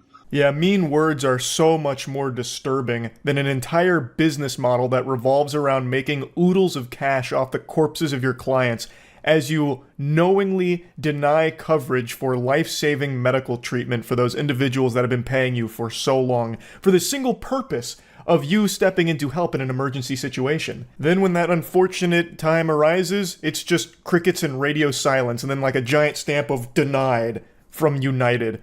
Here's a nice little graph that helps showcase how efficient these health insurance providers have become at denying your claims. And United Healthcare, they got it down to a science. They are way out in front. They got the gold medal with 33% denied claims. To put that into Fortnite terms, United is grittying to a fucking winner chicken dinner dubski as you and your loved ones are dying. It's no surprise why people hate health insurance. It's not a political issue like a lot of people are trying to make it. You can see some of the usual suspects on YouTube saying things like, oh, the lefties are celebrating the death of this healthcare CEO, an innocent man just looking to put food on the table for his families. And if you look at the comments, it doesn't matter what side of the political spectrum you're on, everyone has been fucked equally by health insurance. They are the Thanos level threat to human beings' survival. Everybody knows somebody, and you may even be the victim yourself, that has been denied by their health insurance provider because the whole purpose of the health insurance business model is you pay them for a long period of time to do a single task for you, which is help in an emergency situation, and their goal is to find ways out of doing that task you pay them for, to fuck you in the face, literally just let people croak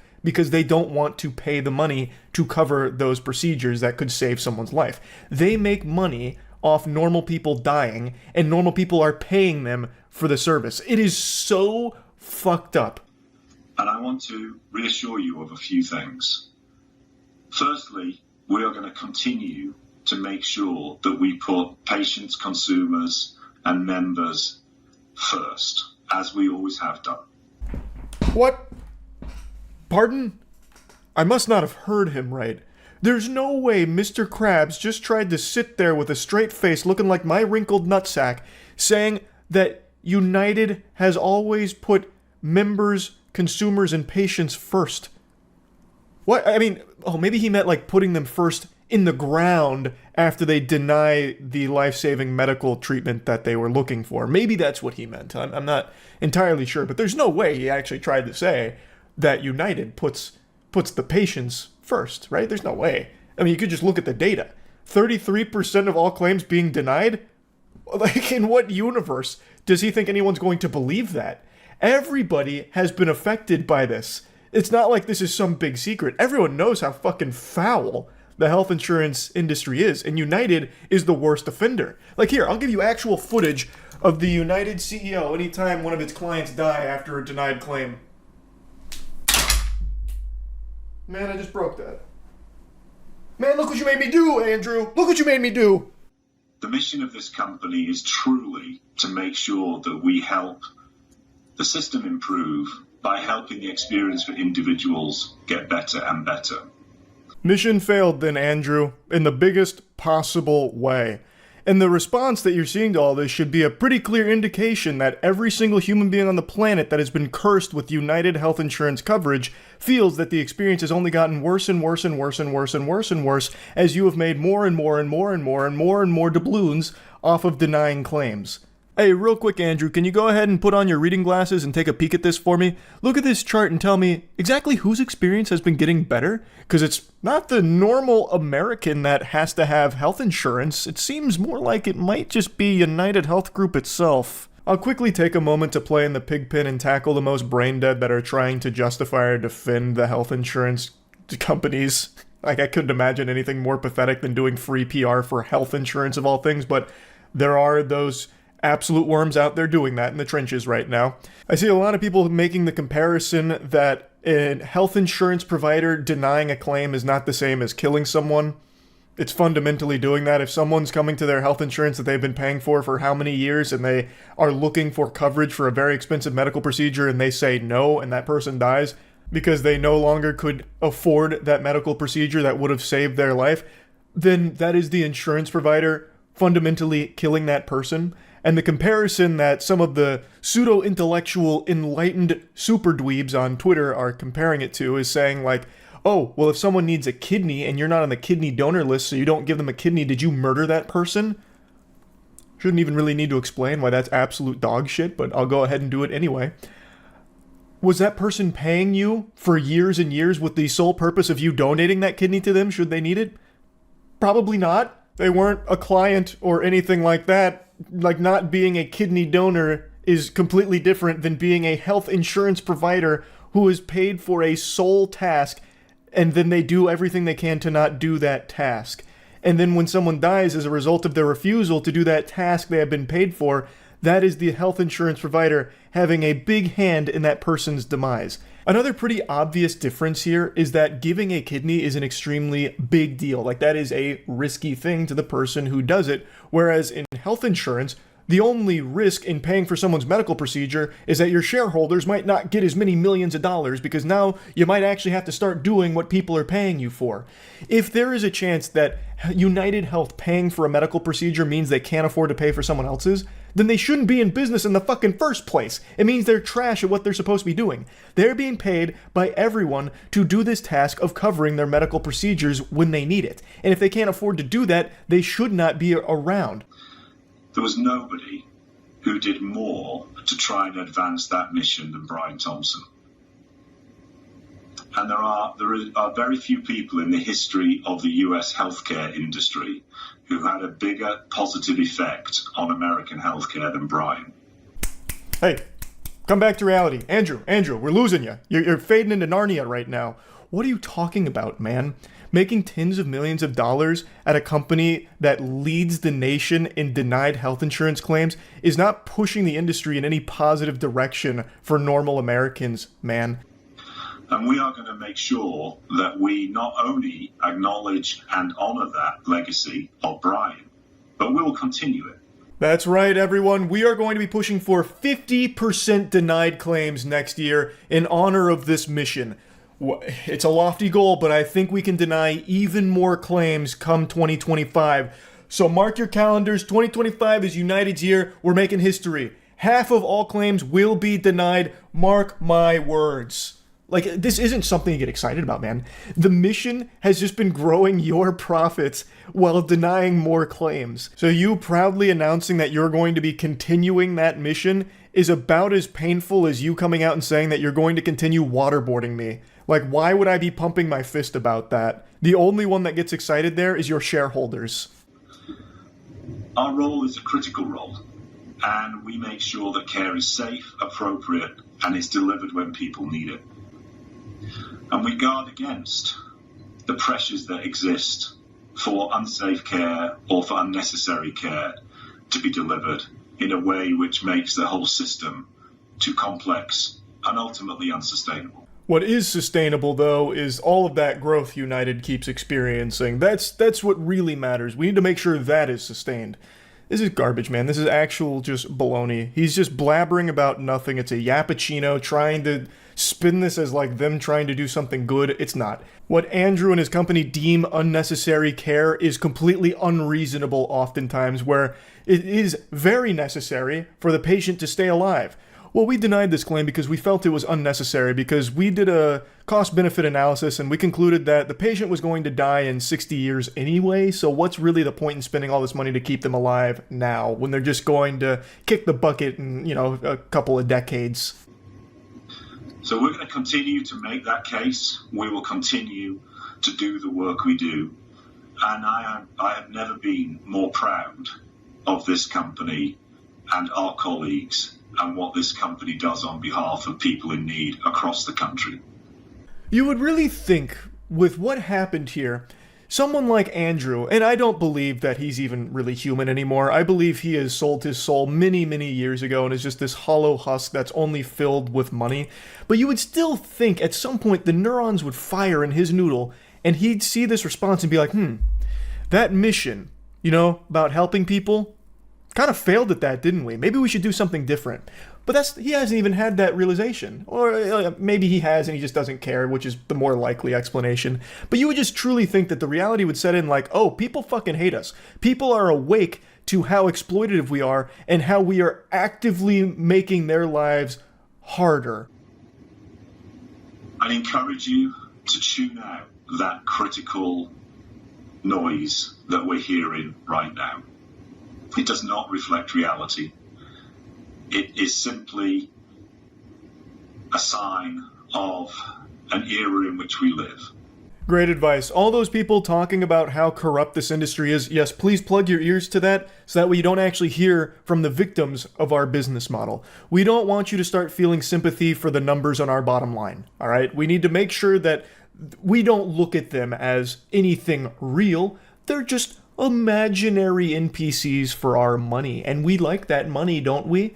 It's just so crazy. It's so crazy. He's saying that it doesn't reflect reality. Brother, that is the reality. These are your clients that are coming out and sharing their experiences. It doesn't get any more real than that. As opposed to your fucking barnacles that you're vomiting out here, that is the fraudulent fakeness. The reality is that people have been fucked by your health insurance company and plenty of others. The industry is rotten to its very core, and people know that, which is why this isn't some big political issue of left and right. Everyone is united in how hard they have been fucked and how many times they have seen people be affected negatively by this industry. And this guy just refuses to let that set in, and he's trying to brainwash his employees to just be numb to it and pay no attention to it. What we must do is focus on what we know to be true.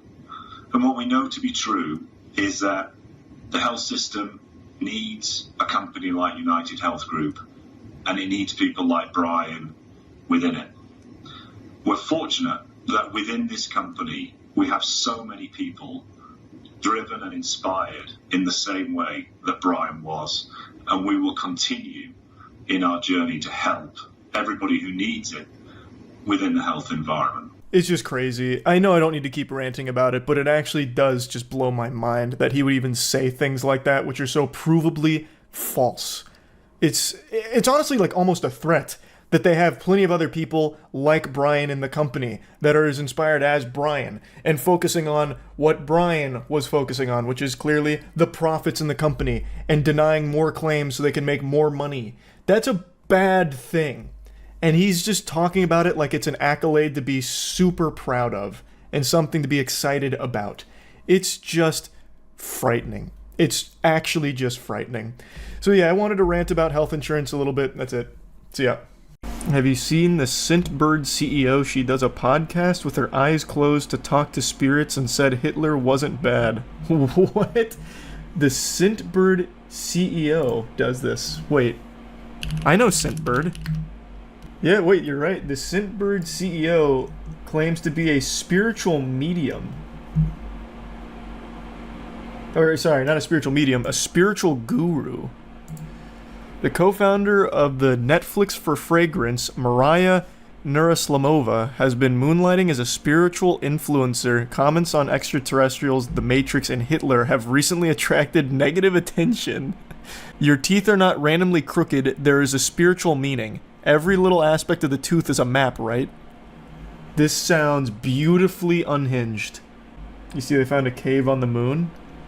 Oh, we got moon troglodytes now? That's pretty cool.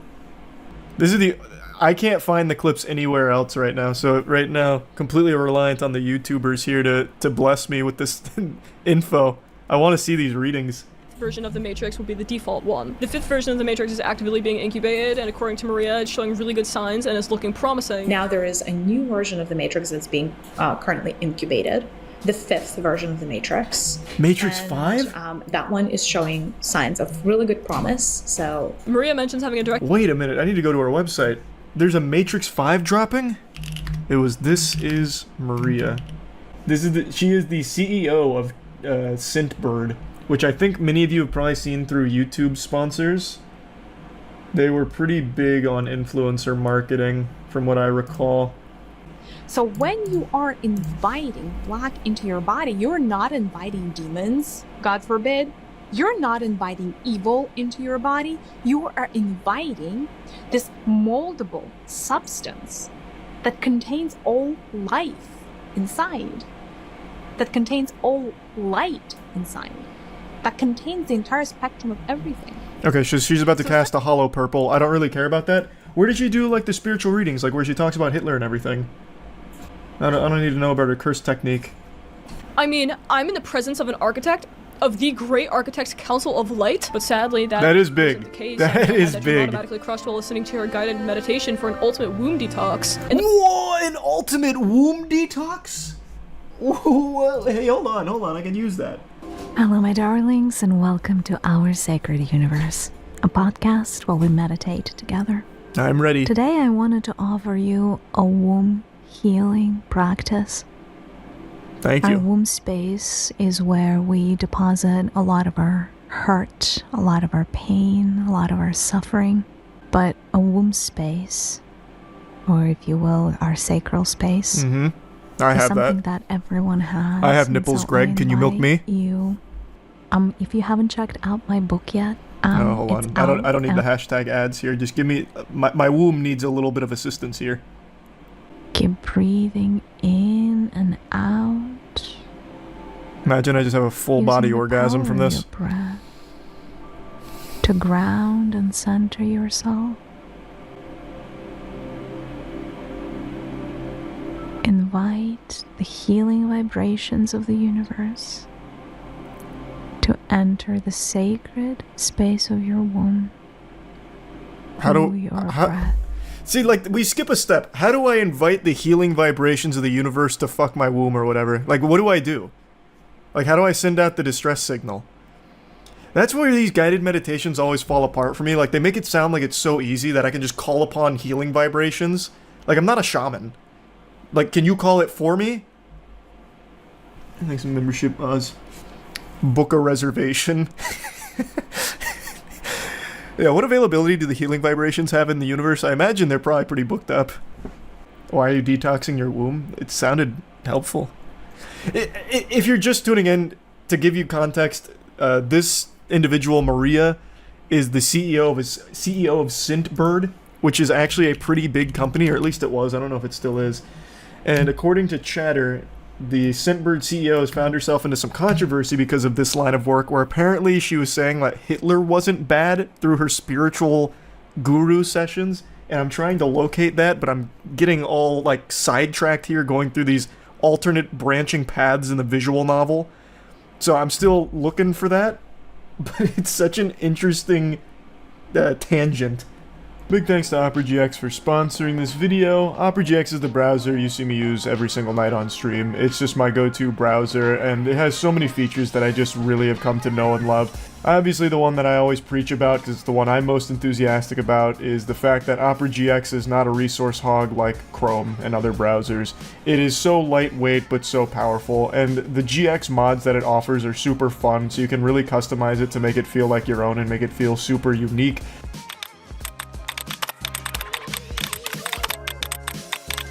There's just so many things you can change and tinker around with. There's so many different ways of integrating extensions that you're already used to in other browsers to seamlessly transition them into Opera. They have the GX store. They just have so many features.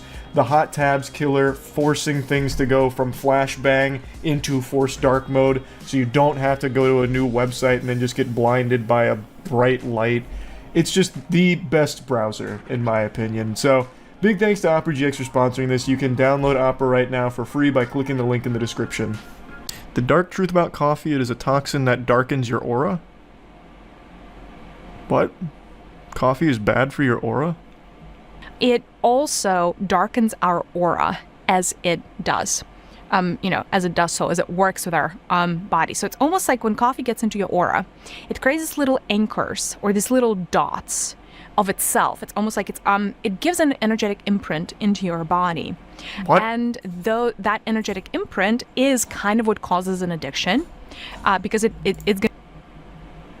The energetic imprint is what causes an addiction, and it darkens our aura through that. How the fuck does it touch my aura? When you evolve. Okay. Over time, what ends up happening to your soul is you accumulate more and more light in your body. So you grow and expand, and you grow and expand by accumulating more light and kind of releasing darkness, if that makes sense. Over here, it makes so much sense, a lot of actually. things in your life are dependent on how much light you can hold within your body, especially if you're on spiritual path. For people that are able to hold on a lot of light in their auric fields, their spiritual gifts open up. Their abundance channels open up. Their abundance talents open channels? up. Essentially, like their higher selves come through, and then the body is considered clean, so your higher self is willing to inhabit more of your physical body. What is happening? And therefore, you will always have connected. You become a channel. That's a lot to process. She's blowing the lid wide open on what it means to be alive. Your higher self gave you this name for a reason. I mean, it's my dad's name. Is that the reason my higher self gave it to me? These are so interesting. I'm never gonna find the video where she's apparently talking about Hitler. I'm just gonna keep going down these wacky fucking titles. Why did my higher self name me Charles? Hello, my darlings. I feel like it's because it's welcome my back to dad's name. This is Maria. The topic for today is Maria.com. All right, the mystery of the name. This is kind of a fun topic. It's not a mystery. That is It's what just we're not a diving mystery into. for like most people. I don't think it would be vowels and the consonants in the name, through the letters in the name, connects you to certain aspects of universal flow, universal energy, if you will. Huh? And because you're so attached, in a good way, to your name, you have a claim over those energies. Okay, I claim all of the energies of C-H-A-R-L-E and S. No one else can have them. That's my domain now, and I'm kicking everyone else out. Eliminate pain and heal a specific organ or part of your body. Teaching you how to use the Force. Are you a star seed?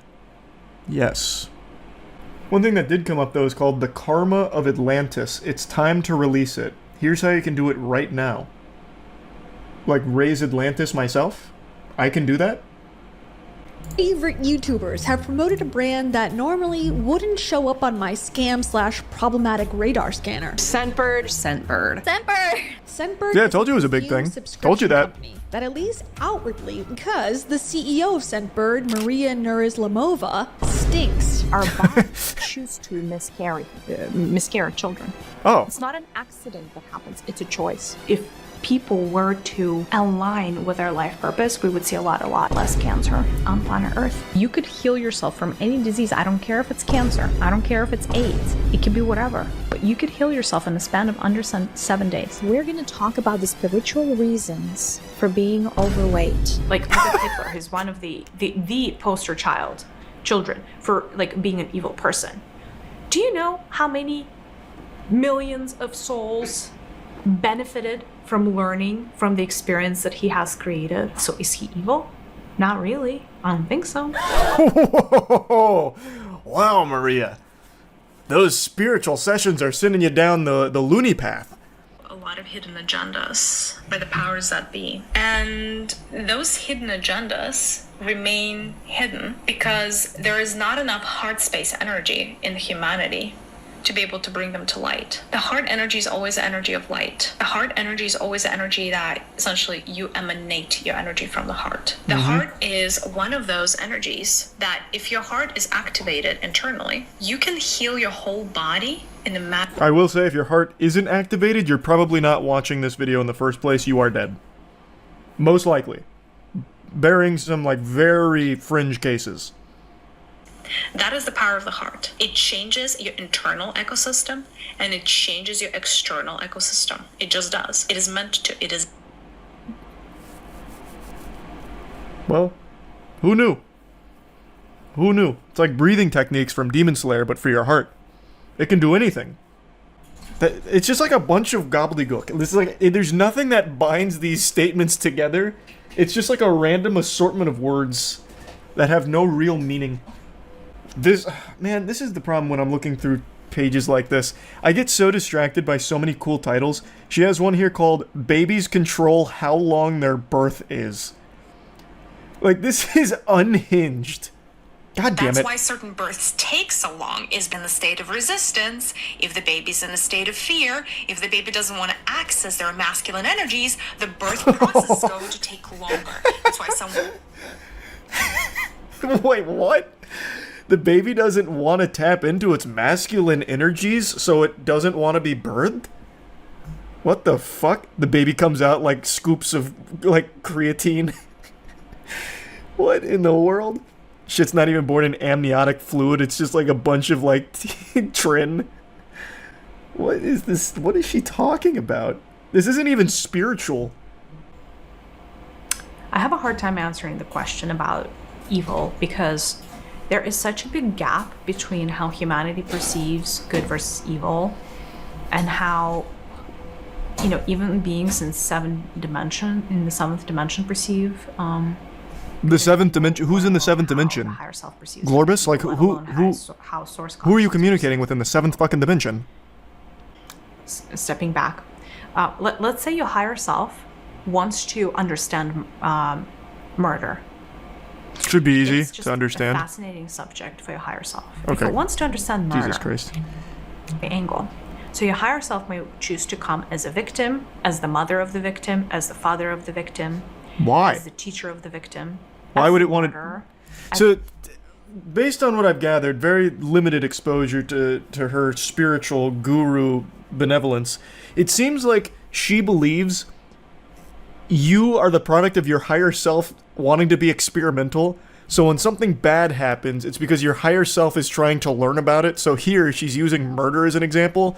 So if you are someone who gets murdered or associated with the victim of a murder, it's because your higher self wanted to be in that position. It was all predestined because your higher self wanted to be present for it, to learn about it. Which is the dumbest idea ever. That's actually the stupidest fucking idea. And by the way, like, look at Hitler. He's one of the poster children for, like, being an evil person. Do you know how many millions of souls benefited from learning from the experience that he has created? So the here, world serpent has awakened. You know, like tier one look hell at and Goldie. A character like him and be like, oh, he's completely evil. And upstairs, his experience was the greatest, one of the greater, sources of knowledge of 3D planet Earth warfare. 3D planet Earth warfare. And that is benefiting What? so many different souls. On their. This is a very interesting take, Maria.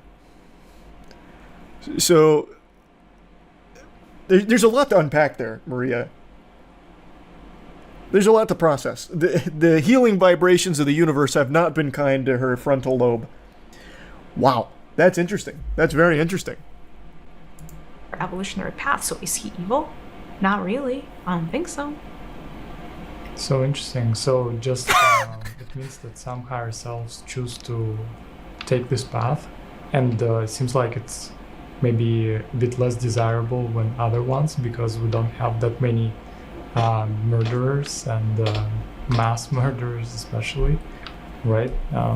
But they still choose to do so for their own development. Like, well, do you want me to give you an even better example? Yeah. That was an incredible do you example, think playing Maria. World of Warcraft is evil because you're killing things? Like in a computer game, yeah. People don't think it's evil, yes. I know. Same logic. It's a computer game from higher self level. Like, fine. Like, I don't know. Any of those Same logic. Yeah, killing goblins in World of Warcraft is the same as Hitler for the Holocaust. You hypocrites. What an interesting character she is. Her higher self has very much done her a great justice. Her enlightenment is astounding. She's trolling. I don't know. She has a whole career based out of this, and apparently you can even pay for these sessions privately. But her main hustle is Scentbird, which, again, is a pretty popular product, or at least it was for a little while. She's the CEO of it. Or at least was. RPG games, I think RPG is what they're called, right? Like, where you, like, go and, like, murder, you know, all kinds of beings. They're not beings. Sunday, they're with pixels. All kinds of weapons, and you're like, I need this strength, and I need this skill, and let me have this gun, and I want a bigger gun, and even more bullets, and blah, blah, blah. I mean, you go in, you may have murdered 1,000 beings. They're not beings. They're not real. And then you go on your merry way, and nobody's pointing a finger at you at work and being like, this is a mass murderer. But how is that any different? So that's what I'm That's saying. so like, good. What you perceive as oh evil my god. is not the same experience. Now, you as an avatar, right? You as a person who chooses to play a game, you choose what game you want to play, right? Like, you may go and play Candy Crush. You may go. She's so fascinating. Like, like she's dangerously stupid. Like, actually stupid to a level where it could be harmful to people around her. Like, there's nothing wrong with being, like, harmlessly dumb, but when you start to cross the threshold, the event horizon that she is, she's to the point where, like, she is actually probably a threat to the safety of those around her. Yeah, like, even her co-host is laughing at that. Alright, we don't have to continue down this rabbit hole. I'll stop. This kind of shit, though, is always just so interesting to me. The co-host is her husband, who is also co-founder and CPO of Scentbird. That must be a great relationship. Honey, I'm gonna have a cup of coffee. And Maria comes out, no! Slaps the coffee mug out of his hands. It's gonna darken your aura! Remember what happened when you killed that level 6 thug in World of Warcraft? You're just like Hitler! Yesterday, the CEO of YouTube stepped down. Susan announced that she would be walking away from the company and would be taking on a smaller role at Google, and she'd no longer be the public face of YouTube, a face that has historically been treated like a toilet seat by the community. Susan has shouldered the blame for the majority of the things wrong with the platform, and rightfully so, I would argue. She's basically just been the community's spittoon. For any time there's something wrong, people just start spitting on her and accusing her of being the mastermind, the puppet master behind all of the bad decisions. Whether or not that's true, I have no idea, but she was the CEO, and there were a lot of things that needed fixing, never got fixed, and YouTube has been in a tumultuous state over the 9 years of her at the helm. However, this led a lot of people to believe that with Susan stepping down, things would magically improve. A lot of people were pessimistic, but then over the course of the night, I noticed a lot more people being like, this is great, the platform's gonna be saved, holy shit, now we can have fucking Captain Underpants come in here and bring about the golden age, or, you know, this and that. Because Susan's no longer there, I mean, she's going to have to be replaced by somebody great, was the perception a lot of people started to adopt. However, in the wise words of Jedi Master Qui-Gon Jinn, there's always a shittier fish. It was announced who the new CEO would be, and over the course of the night, people started to look into them. The new CEO is Neil Mohan. And Neil Mohan was previously the CPO of YouTube, the Chief Product Officer, and people found out that Neil Mohan was actually the one responsible for that huge push YouTube tried to make into the Web3 crypto NFT space. In 2022, this goofball proudly posted YouTube's most embarrassing update. It was a look at what's coming for the year, but what was really standing out to most people at the time was this ham-fisting of Web3 blockchain and NFT shit. So Web3 opens up new opportunities for creators. We believe new technologies like blockchain and NFTs can allow creators to build deeper relationships with their fans. Spoken like a true asshole who owns 2 bored apes and thinks he's going to own the planet. Together, they'll be able to collaborate on new projects and make money in ways not previously possible. For example, giving a verifiable way for fans to own unique videos, photos, art, and even experiences from their favorite creators could be a compelling prospect for creators and their audiences. So basically, just trying his best to justify an inclusion of Web3 crypto NFT shit. I'm going to tell you right now, NFT is one of the yuckiest words in the human language right now. It is an acronym that elicits more pain than CBT, cock and ball torture. It's painful, and it's synonymous with scams. And this was during a time where NFT crypto scams were still rampant. It's not like this was before the huge wave of bad actors came in and ruined NFTs. No, NFTs have been a scam for quite some time, even during this time that Neil tried to push it to YouTube. So there was huge pushback. And I guess somewhere along the pipeline, some team decided to slap this idea down, because we got lucky enough to not have it come to YouTube. But now that NFT Neil's at the helm here, the one at the top of the food chain calling the shots, who's to say he won't dust off this little poop nugget here that's an absolutely atrocious idea? And maybe this time around there's not that rogue vigilante Batman to say, not on my watch, and decline the idea. He is like the leader now of YouTube. And it's a little concerning how hog wild he wanted to go with Web3 coming to the platform. So that is very, not great. And a lot of people are much more pessimistic now after learning about this. But it also gets even worse.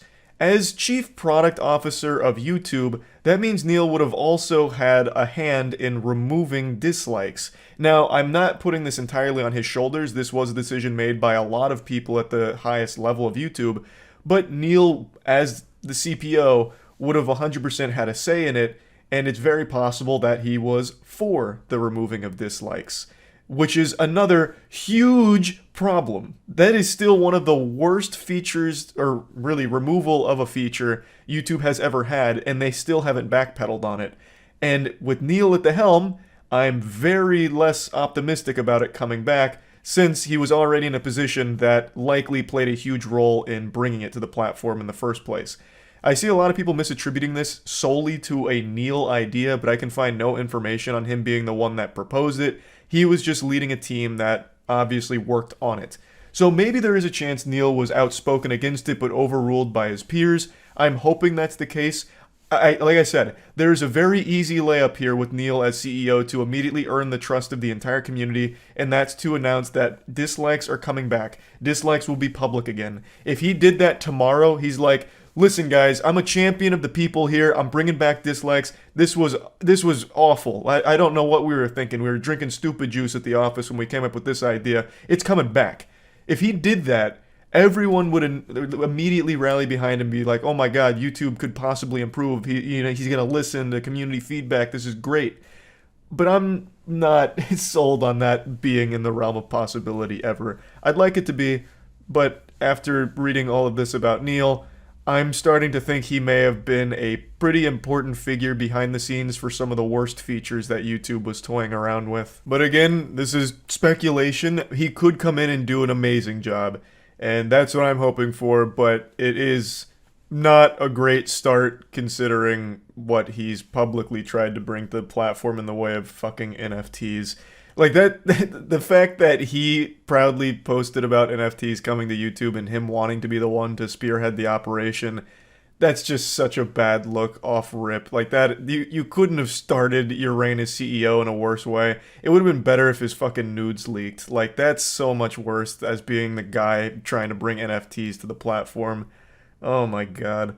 But, again, it remains to be seen. He could come in here and knock it out of the park, really fix up YouTube, really bring it to a better spot. Hopefully that'll be the case. I'm going to try not to focus too much on his past and instead look more at his future here as YouTube CEO. So yeah, anyway, just wanted to talk about this just a little bit. That's about it. So yeah.